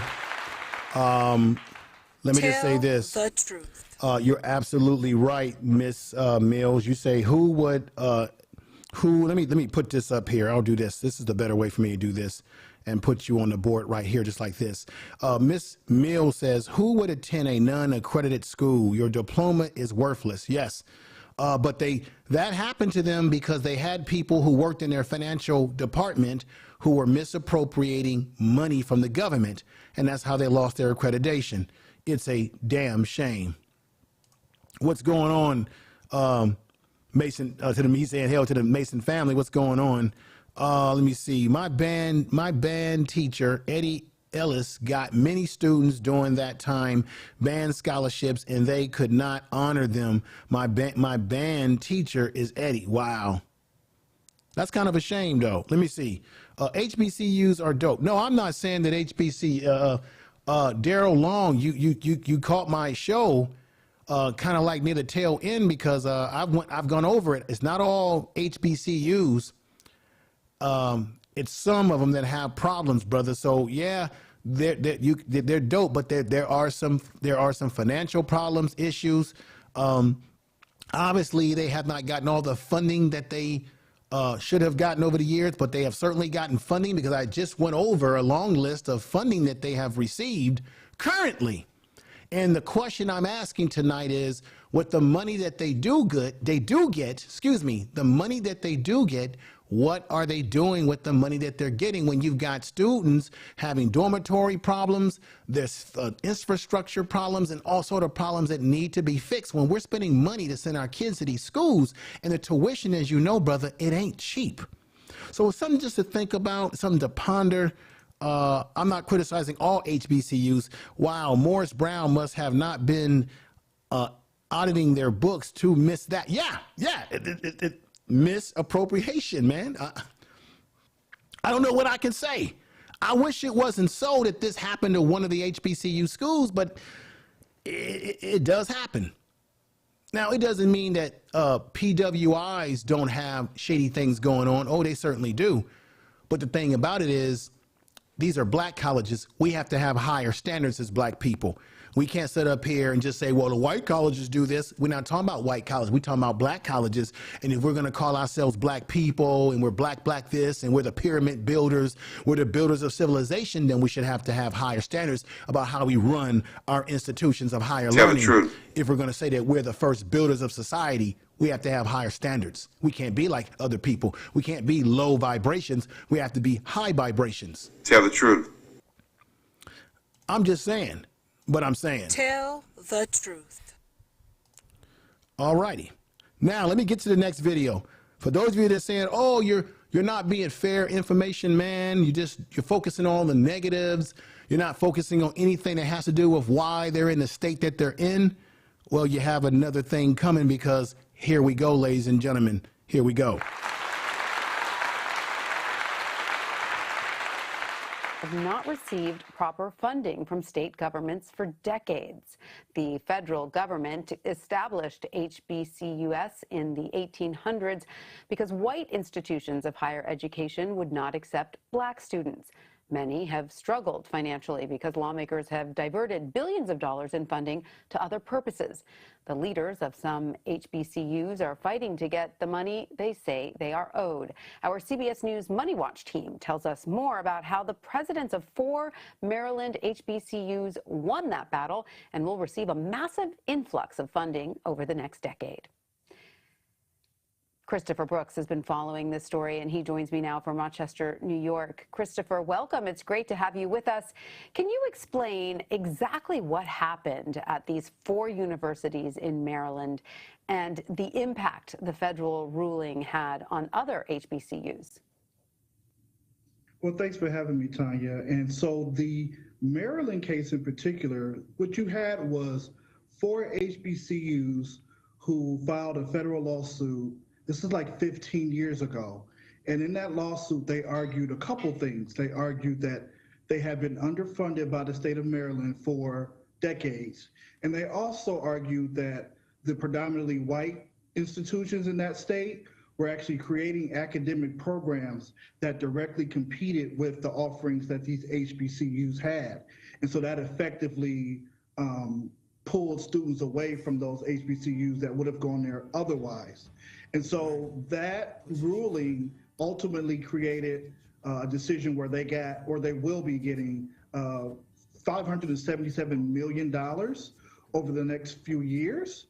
And what that meant for other HBCUs in other states was basically it said, hey, getting past years of state funding is actually on the table.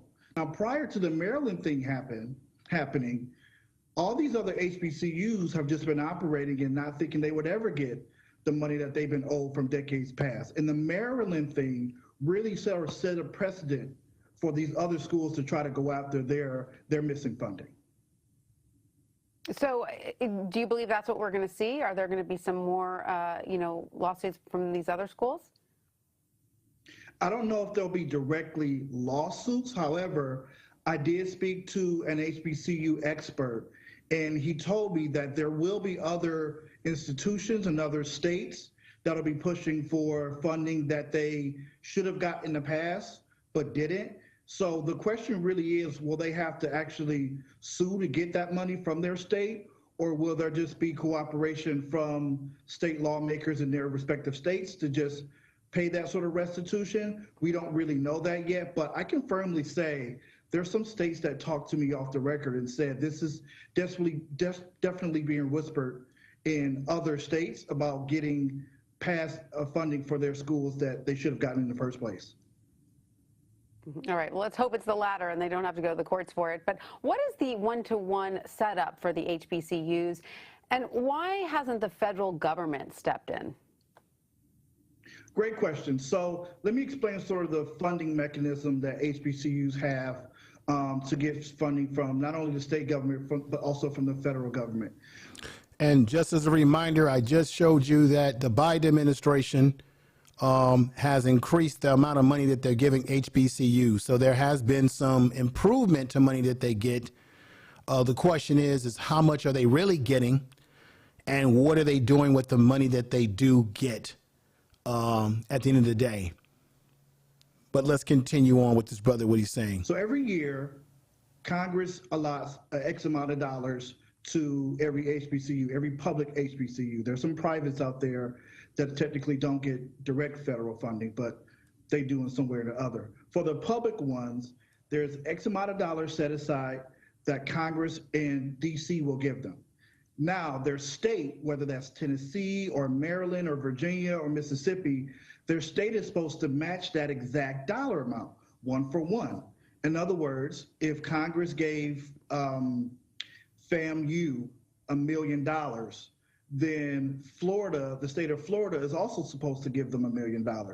And what we've been seeing is that while the U.S. government has been willing to fund what these schools need and deserve, the states will not put that one-to-one dollar match there. And so those states are using those fundings, that funding money for HBCUs to something different.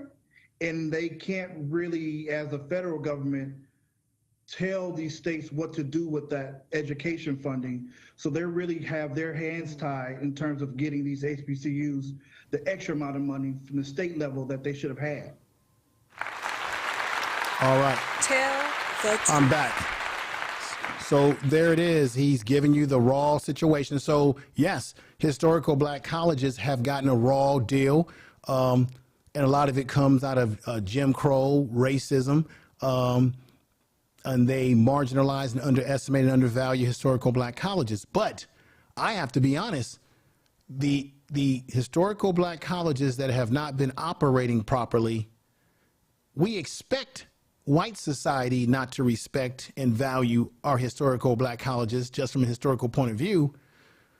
But why would our own people who look like us, who run these schools, in the case of Morris Brown wouldn't have been in the mess that they were in if they had ethical people working for them. The fact that they had to come out of this situation by getting a loan, and you heard the president saying they had to bring in new management and new accountants and all of this. Why didn't they do that in the first place? You know, it seems like our own people that look like us are becoming our downfall. It wasn't a white society that made Morris Brown lose their accreditation. It was Morris Brown faculty who look like many of us. They should have never been in this situation in the first place, to close their doors since 2002 and then have to fight to get loans to stay afloat. And if you don't have accreditation, nobody's going to your school. It's a waste. That's why the kids fled from the university. It's not a good thing. And I'm glad that they got their accreditation back, and I hope that they can somehow rebuild their legacy. It's a shame that they had to sell off much of their campus to make do. That's a shame. Due to the situation, due to someone that looks just like us misappropriating grant money. It's a damn shame. Now, let me bring up another issue here.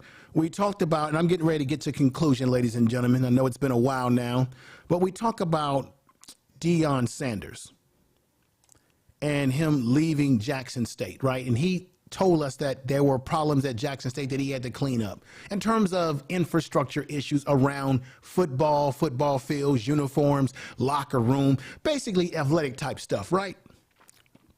And a whole myriad of other things he had to deal with. But prior to Deion getting to Jackson State, which was none of this is his fault, Jackson State had some problems some years prior to this, right? And I talked about this in my Deion Sanders video that I did a while back. And I want to bring this up to you again. This is no shade to Jackson State, but it's a fact. Jackson State settles in a case over mismanagement grant funds. Jackson State University has settled in a case with the United States government over allegations that the school here we go, another mismanagement situation. What have I been saying? That's part of our problems, the mismanagement of money. And then we wonder why the infrastructure doesn't look that great.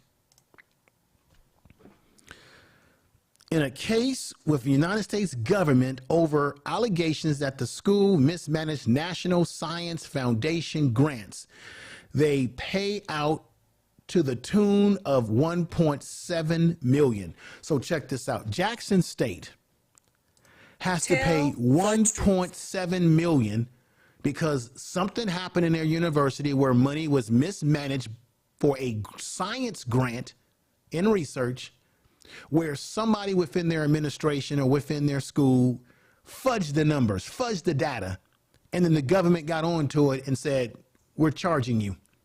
Thank you, Real Aaron Collins, for the super chat, my brother. I appreciate that. Thank you for the super chat. Let's come back to it right now. So $1.7 million, the funds were administered under the NSF grant by Jackson State during June 2006 and September 2011, according to United States Attorney Gregory K. Davis. Now look, even though this happened some time ago, it's still an example of why you have to ask yourself, why do some of these particular historical black colleges have infrastructure problems? And you say, why don't they have this fixed? Why is that not fixed? Because if they're doing things in the past with money that they are getting, specifically money that's supposed to go to education, and then they're misappropriating that money or mismanaging it, now they have to pay the federal government back $1.7 million in the case of Jackson State, which is $1.7 million that should have went to the what? To infrastructure for the school, for better educational programs, better every damn thing that they could spend the money on. But instead, they had to cough that money back to the federal government because numbers were crunched inappropriately. Let me read on here.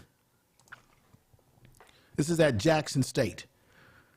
When an audit was done in 2012, officials deemed that several expenditures were not liable under the grant guidelines. What were those expenditures, ladies and gentlemen? What were they spending what were they counting? What were the expenses that they were adding to the expenditures? I like to know that.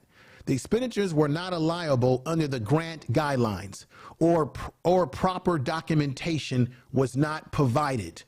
So those entities at Jackson State did not provide proper paperwork to justify why money in that grant was being spent for expenditures that did not align with the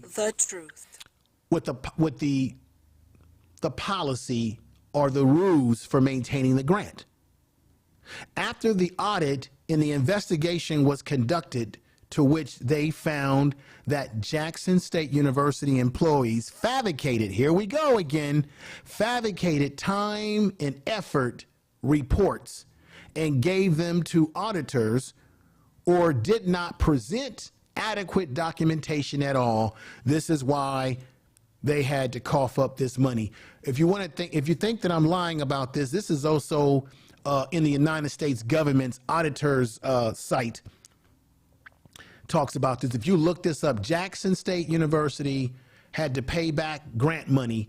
This will pop up all over Google, and it will tell you step by step why this happened. This article came out February 1st of 2017. Yes, it happened a few years back, but it is relevant. It is completely relevant to the argument that I'm making tonight, to my position that I'm making tonight, which is, what are they doing with the money that they do get? And if you're getting grants and loans that's supposed to be for education or for this, and you're not using that money properly, and then the government penalizes you by saying, give us our money back. Now you got to give money from your coffers that you really need to maintain the school. You see what I'm saying, ladies and gentlemen? Tell the truth. That's the point I'm trying to make tonight. We've got Empress Goddess in the house. We got Gina C in the house. Narratives and Dialogue. C Breezy 40 in the house. Real Aaron Collins, thank you for that super chat earlier. Narratives and Dialogue came in, and he says they need to put a halt on textbooks too and make everything go digital. Yeah, so that you don't have to waste money carrying books around and spending money on expensive books. I agree with that. C Breezy 40 says that's the issue. Too many of our people take on traits of white wealth and use it against itself.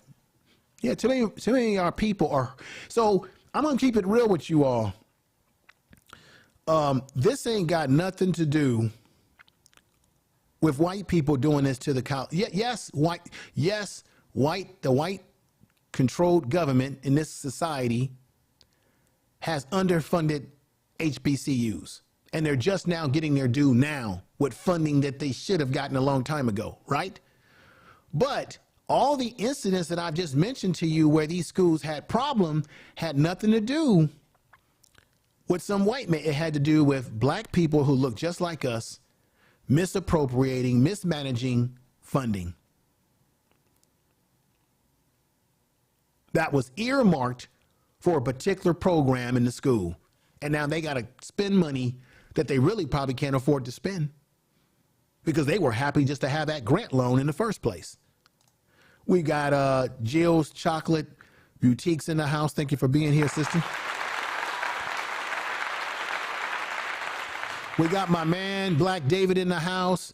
He says, this is why black people need a major wake-up call and stop playing these stupid games.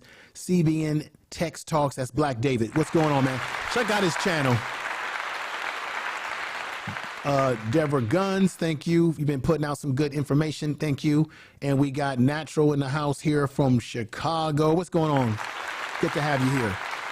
I'm getting ready to end this stream pretty soon. I've been on here for a while. I think I've given you all a mouthful here.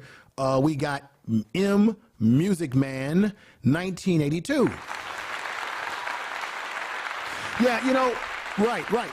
M Music Man 1982.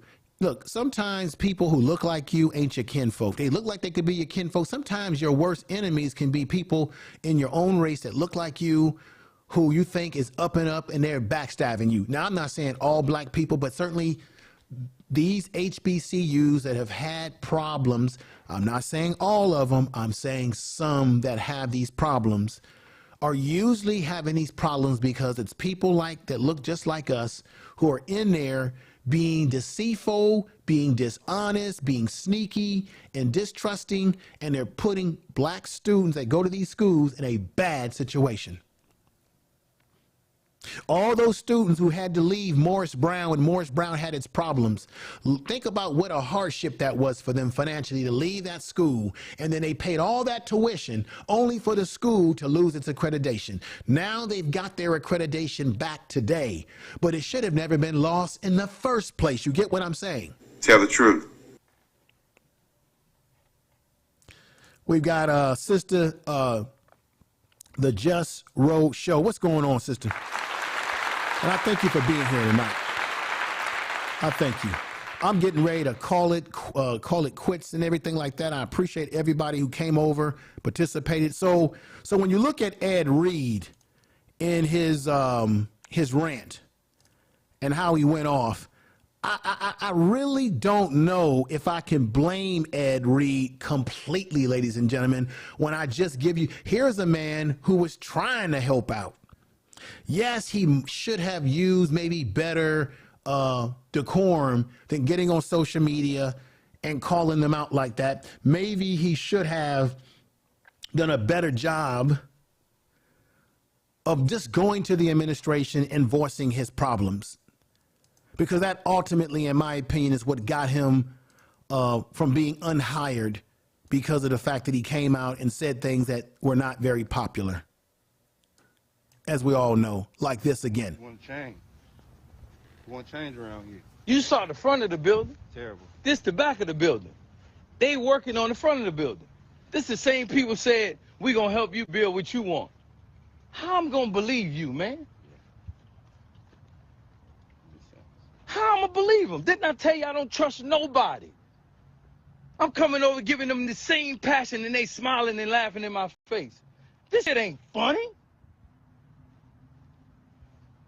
We gonna ride through the fence that they ain't fixed the fence. We about to ride through this fence. This ain't even football side. This ain't even the football side. And y'all talking about Madden at my Uncle Prime. Y'all mad at Deion, mad at Prime. This shit is every HBCU.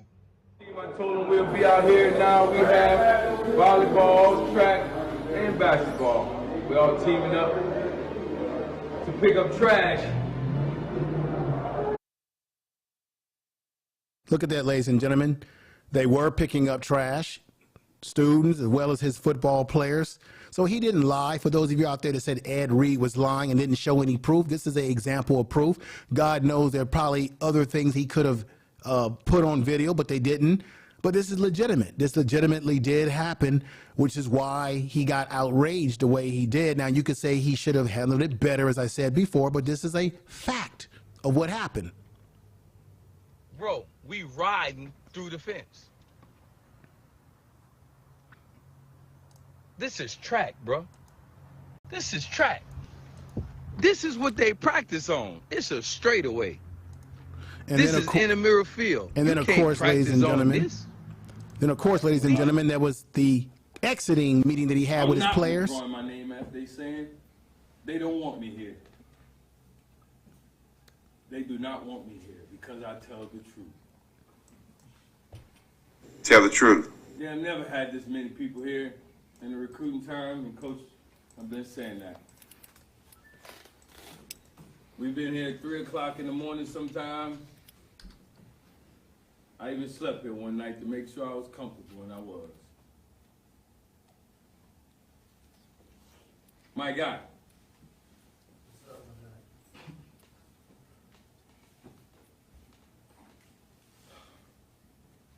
It's hurt.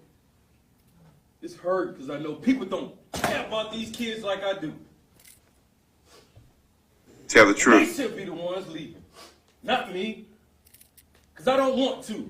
Why? Because Jeremy grieves. Whose father I looked in the eye. And y'all mothers and fathers who I talked to last night, even though I knew they didn't want me. I took $2,400 out of my pocket and still gave it to the host. To host these young men. Shit, at this point, I'd do it for free. Because I have been for the last 3 weeks. That man have too. He drove from New Orleans. Because he believed in me and my business. And that man right there who flew from California less than 2 hours and got off the plane, and he was here to see the rant. He got off the plane, and what we started doing, young man? Motherfuckers. They I curse. And y'all done heard curse words before. And they got parents in here. And no, I don't want to leave. And like I told you, I want all these recruits. But they got some corrupt people in this world, some evil people that don't care about kids like I do. Tell the So truth. I want y'all to hear the truth from me. I ain't withdrawing my name. I got the receipts. They got all kinds of stuff going on around Tell the here. truth. Hoarding these buildings with nothing but trash in them. You understand me? And Deion was right. And I know I'm right. And they got some people in here who be snitching to their ass. And I work amongst Judas as Jesus walked with him. And I ain't have a problem And with take it. that money and put it toward infrastructure, put it toward new buildings, put it toward a robust endowment that can continue to build, to grow, and to set up other funds that's going to deal with the maintenance and the everyday use for our student athletes, and to bring in the talent and teachers where we're well staffed. So there's an opportunity there. Tennessee State has the bones to be a really, I mean, it's a great institution, but now it's time to go from good to great, to eminence, to being exceptionally great with those opportunities, with those funds. Tell the truth. All right, everybody. Thank you, everyone in the chat room. I appreciate you all for being here, for supporting the channel today. It's been great to be here to provide you this type of comprehensive breakdown. I don't think you're going to find anyone on YouTube that I know of that has given you this type of breakdown in this way. Most people have panels, people come up, they run their mouth, they don't have their facts together, they're all emotional. I didn't get emotional today, I just gave the facts as they are, and I was respectful enough to say it's not all HBCUs, but it's certainly some that have problems. And then I asked the question to you all, are our HBCU schools in this condition, not only because of the money that they need from the federal government or the state, but do we as a people support our historical black colleges? Are they the way they are because we don't support them properly? And are they the way they are, let me say this, are some of them the way they are, not all, but some, because we either don't support them and we have people working in the administration who are not the best people, who are honest with the money, and we steal from one another. We have a lot of issues to deal with. It's just a thought that I have for you out there. So with everything that I've showed you today, do you think that Ed Reed was wrong or right? Put a 7 if you think he was right, 8 if he was wrong. No. Don't do that vote. Don't do that vote. This is better because we've gone over the Ed Reed situation enough in the beginning of this stream. Before I end, as I end out and play the music, do you think that our HBCU universities have some serious issues that need to be fixed in terms of how they're handling the money that they do get? If you believe that, put a 7. If you're not sure, put an 8. I want them all to do well. I don't want to hear about historical black colleges closing down. I don't like hearing negative things about students sleeping in dorms with roaches and rats and mold, or people coming to their dorms and they can't live in their dorms, or dorms being overbooked. And I don't like hearing all of that. We want things to go well. Now, is everything perfect in life? No. Do PWI universities have problems too? Yes, they do. But this is the thing. I'm not talking about PWIs. I'm talking about black historical colleges. We should have higher standards. I'm going to say this again. We get on YouTube, we get on social media, we get amongst our friends and family, and we say, hey, we queens and kings. We built pyramids. We built this. Black people, we're the masters of the universe. We built the country. Well, if we did all those things, why can't we get some of our historical colleges right? And I heard someone say this on a stream that I was listening to, and he made a lot of sense. If you look at most of your historical colleges, your Texas ATM, your ATM, your AMT, your ATM or MT, the technical, they're called technical colleges, right? A lot of historical black colleges like Florida A&M. Let me get this correct. Like Florida A&M. If you look at a lot of our historical black colleges that have that A&M at the end of them, or that T, is because they were known as agricultural colleges, technical college, agriculture. If our history of some of our historical colleges is that they worked in agriculture, then why, damn it, why, when you go to these campuses, whether it be a football field or grass, we should be able to grow grass and keep grass looking good. When the history of some of our historical black colleges is that they come out of agriculture and technical stuff. So we should be able to display that technical skill in the way we keep our campus, our grass, all the different things. Now, as I said, they're not getting the money that they've always deserved so many of these years. The Joe Biden administration, as I read to you today, has put out, and I'm going to put this up here one more time so that those of you who would like to go and look at this for yourself, because you may not believe me with your own eyes. And here it is. This is the White House documentation fact sheet, the Biden-Harris administration historical investment and support for historical black colleges. I went over that whole article here, giving you the numbers, and this is money that they've been getting since 2021, and it's continuing 2022, and it's going to continue in 2023, and hopefully the money that they get, hopefully they get this money and they manage it fiscally responsible without any boo-boos along the way. Tell the truth. With that said, ladies and gentlemen, y'all take care. Information Man will be back with more presentation. Make sure you subscribe to the channel if you're new over here. Hit the bell notification. And also, let me tell you something else. If you are a sports lover, you like sports, you like football, college football, basketball, check out the sports channel, which is Prime Sports Media. You stroll down on this channel page and you'll see Deion Sanders logo with Prime Sports Media. I only want people to subscribe if you are a sports lover. Why? Because if you are a sports lover, you're going to actually enjoy the videos that I produce over there. It's a small little channel. I'm going to build it the organic way, one step at a time. I only have a little bit of subscribers over there, but one bit at a time. That's how you build channels. So thank you, everybody, again. You take care. Everybody, peace. Love you.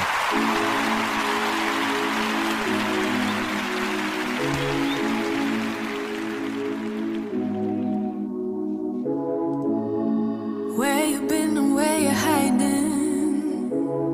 I know you're lying. Don't you try it, no. You really shouldn't play with fire. Put it Peace, out everybody. with water. Everybody in the chat room. Everybody's fantastic. Drowning. From Jill's Chocolate Boutique, M. Favors, Narratives and Dialogue, Alan Christian. I should be dying to be like you, but I don't wanna be like you.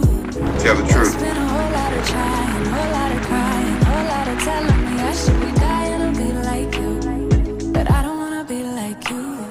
'Cause I could do better. I could do Tell the truth. better. I could do better than that. And you should know better. You should know better. You should know better than that. You're telling me I should go places. You're telling me that I'm too crazy. Yeah. 'Cause you Tell the can't truth. even hold your own, but you always know what's wrong with everyone else. How is that? You gonna have to call your friends, tell them that you're gonna be late. BS3 Network. You are now listening to BS3 Network. There's been a whole lot of trying, whole lot of crying, whole lot of telling me I should be dying to be like you, but Tell I the don't truth. wanna be like you. There's been a whole lot of trying, whole lot of crying, whole lot of telling me I should be dying to be like you, but I don't wanna be like you. 'Cause I could do better. I could do better. I could do better than that. And you should know better. You should know better. You should know better than that. I don't need your help. I don't need your help. You should help yourself.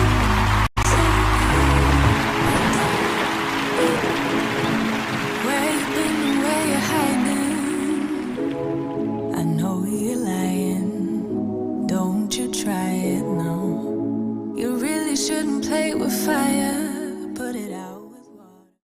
Right now in 2019, I bring the figures. In 2019, Congress also offered $40 million in loans set aside that are uniquely available to HBCUs. This number represents another entire undeserved windfall. This loan program, the HBCU's financial programs, have been required by Congress in 2018 to forgive or defer hundreds of millions in loans to HBCUs, including those that had the full ability to pay. Here's how it went down.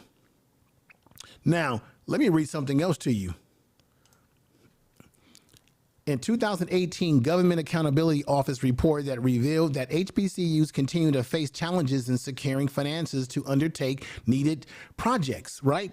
Infrastructure projects. Now that's another issue there, but let me read this one to you. For many of the nation's 105 historical black colleges and universities, these factors have led to an unprecedented number of presidents' vacancies, resulting in instability, even turmoil on some of the campuses. Remember I said earlier that you've had large numbers of presidents of some of our historical black colleges, not all, but some, that have left the job. They haven't been able to keep them. They've had vacancies going back to 2012. These are things that have happened over the years. Vacancies resulting in instability and even turmoil on some of the campuses. By the end of 2012, at least 20 permanent HBCU presidents were either vacant or recently filled. That was some years ago, but still all these things are relevant issues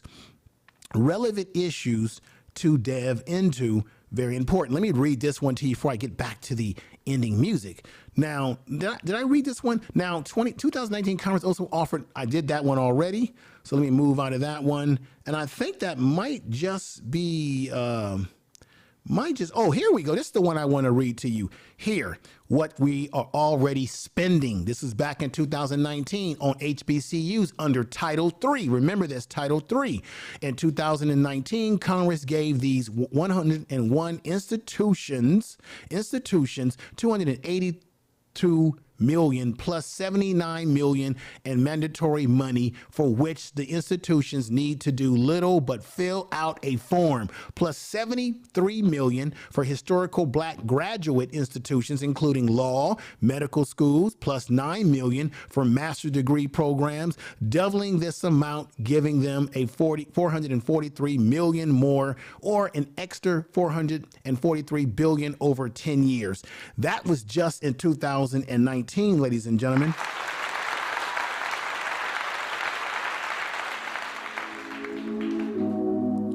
Peace to you again.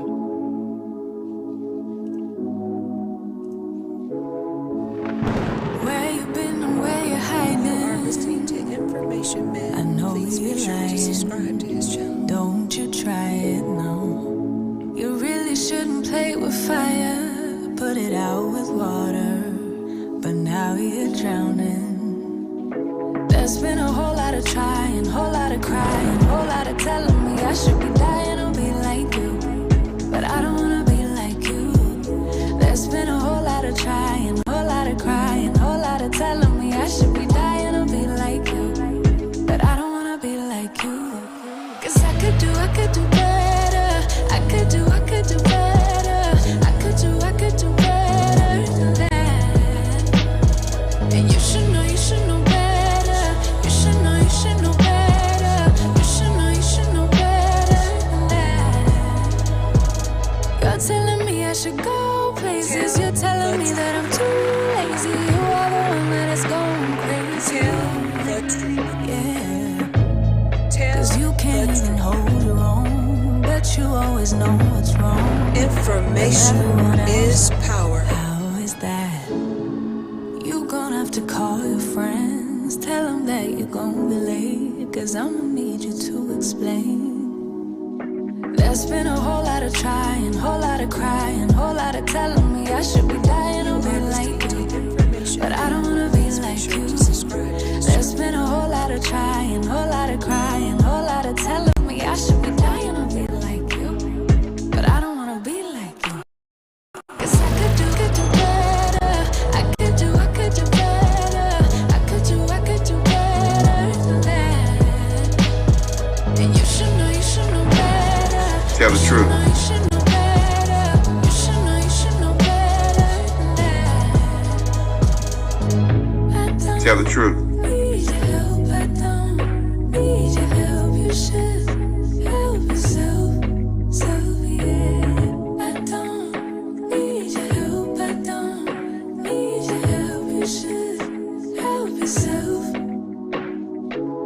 It's been a whole lot of crying, whole lot of trying, whole lot of telling me I should be better. Tell the truth. I don't wanna be like you. It's been a whole lot of trying, whole lot of crying, whole lot of telling me I should be dying to be like you.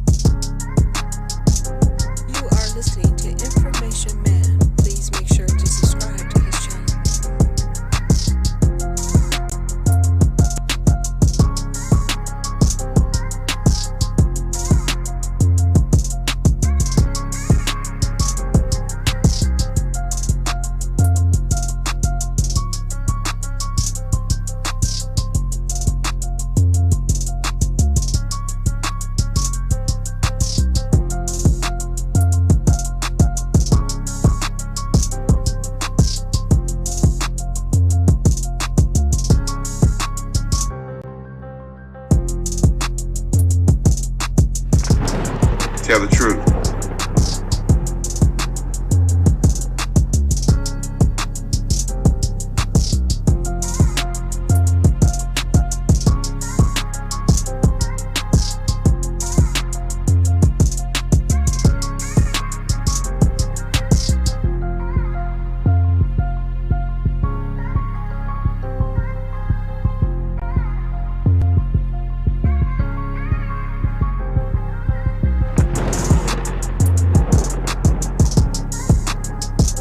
Tell the truth.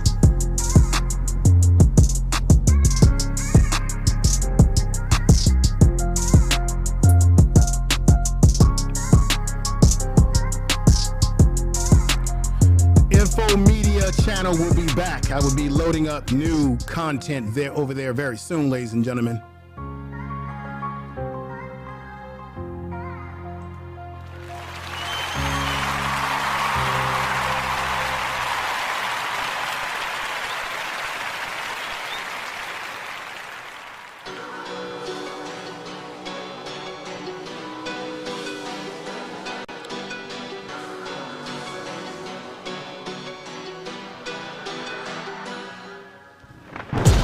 Tell the truth.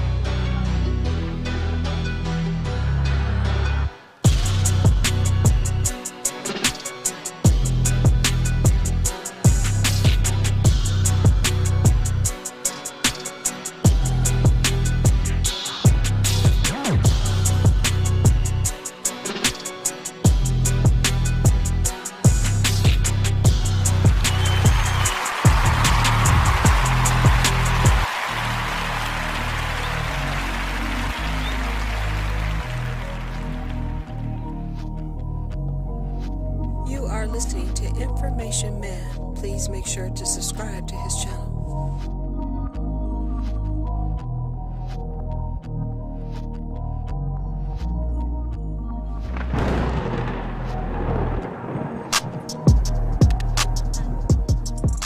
Tell the truth.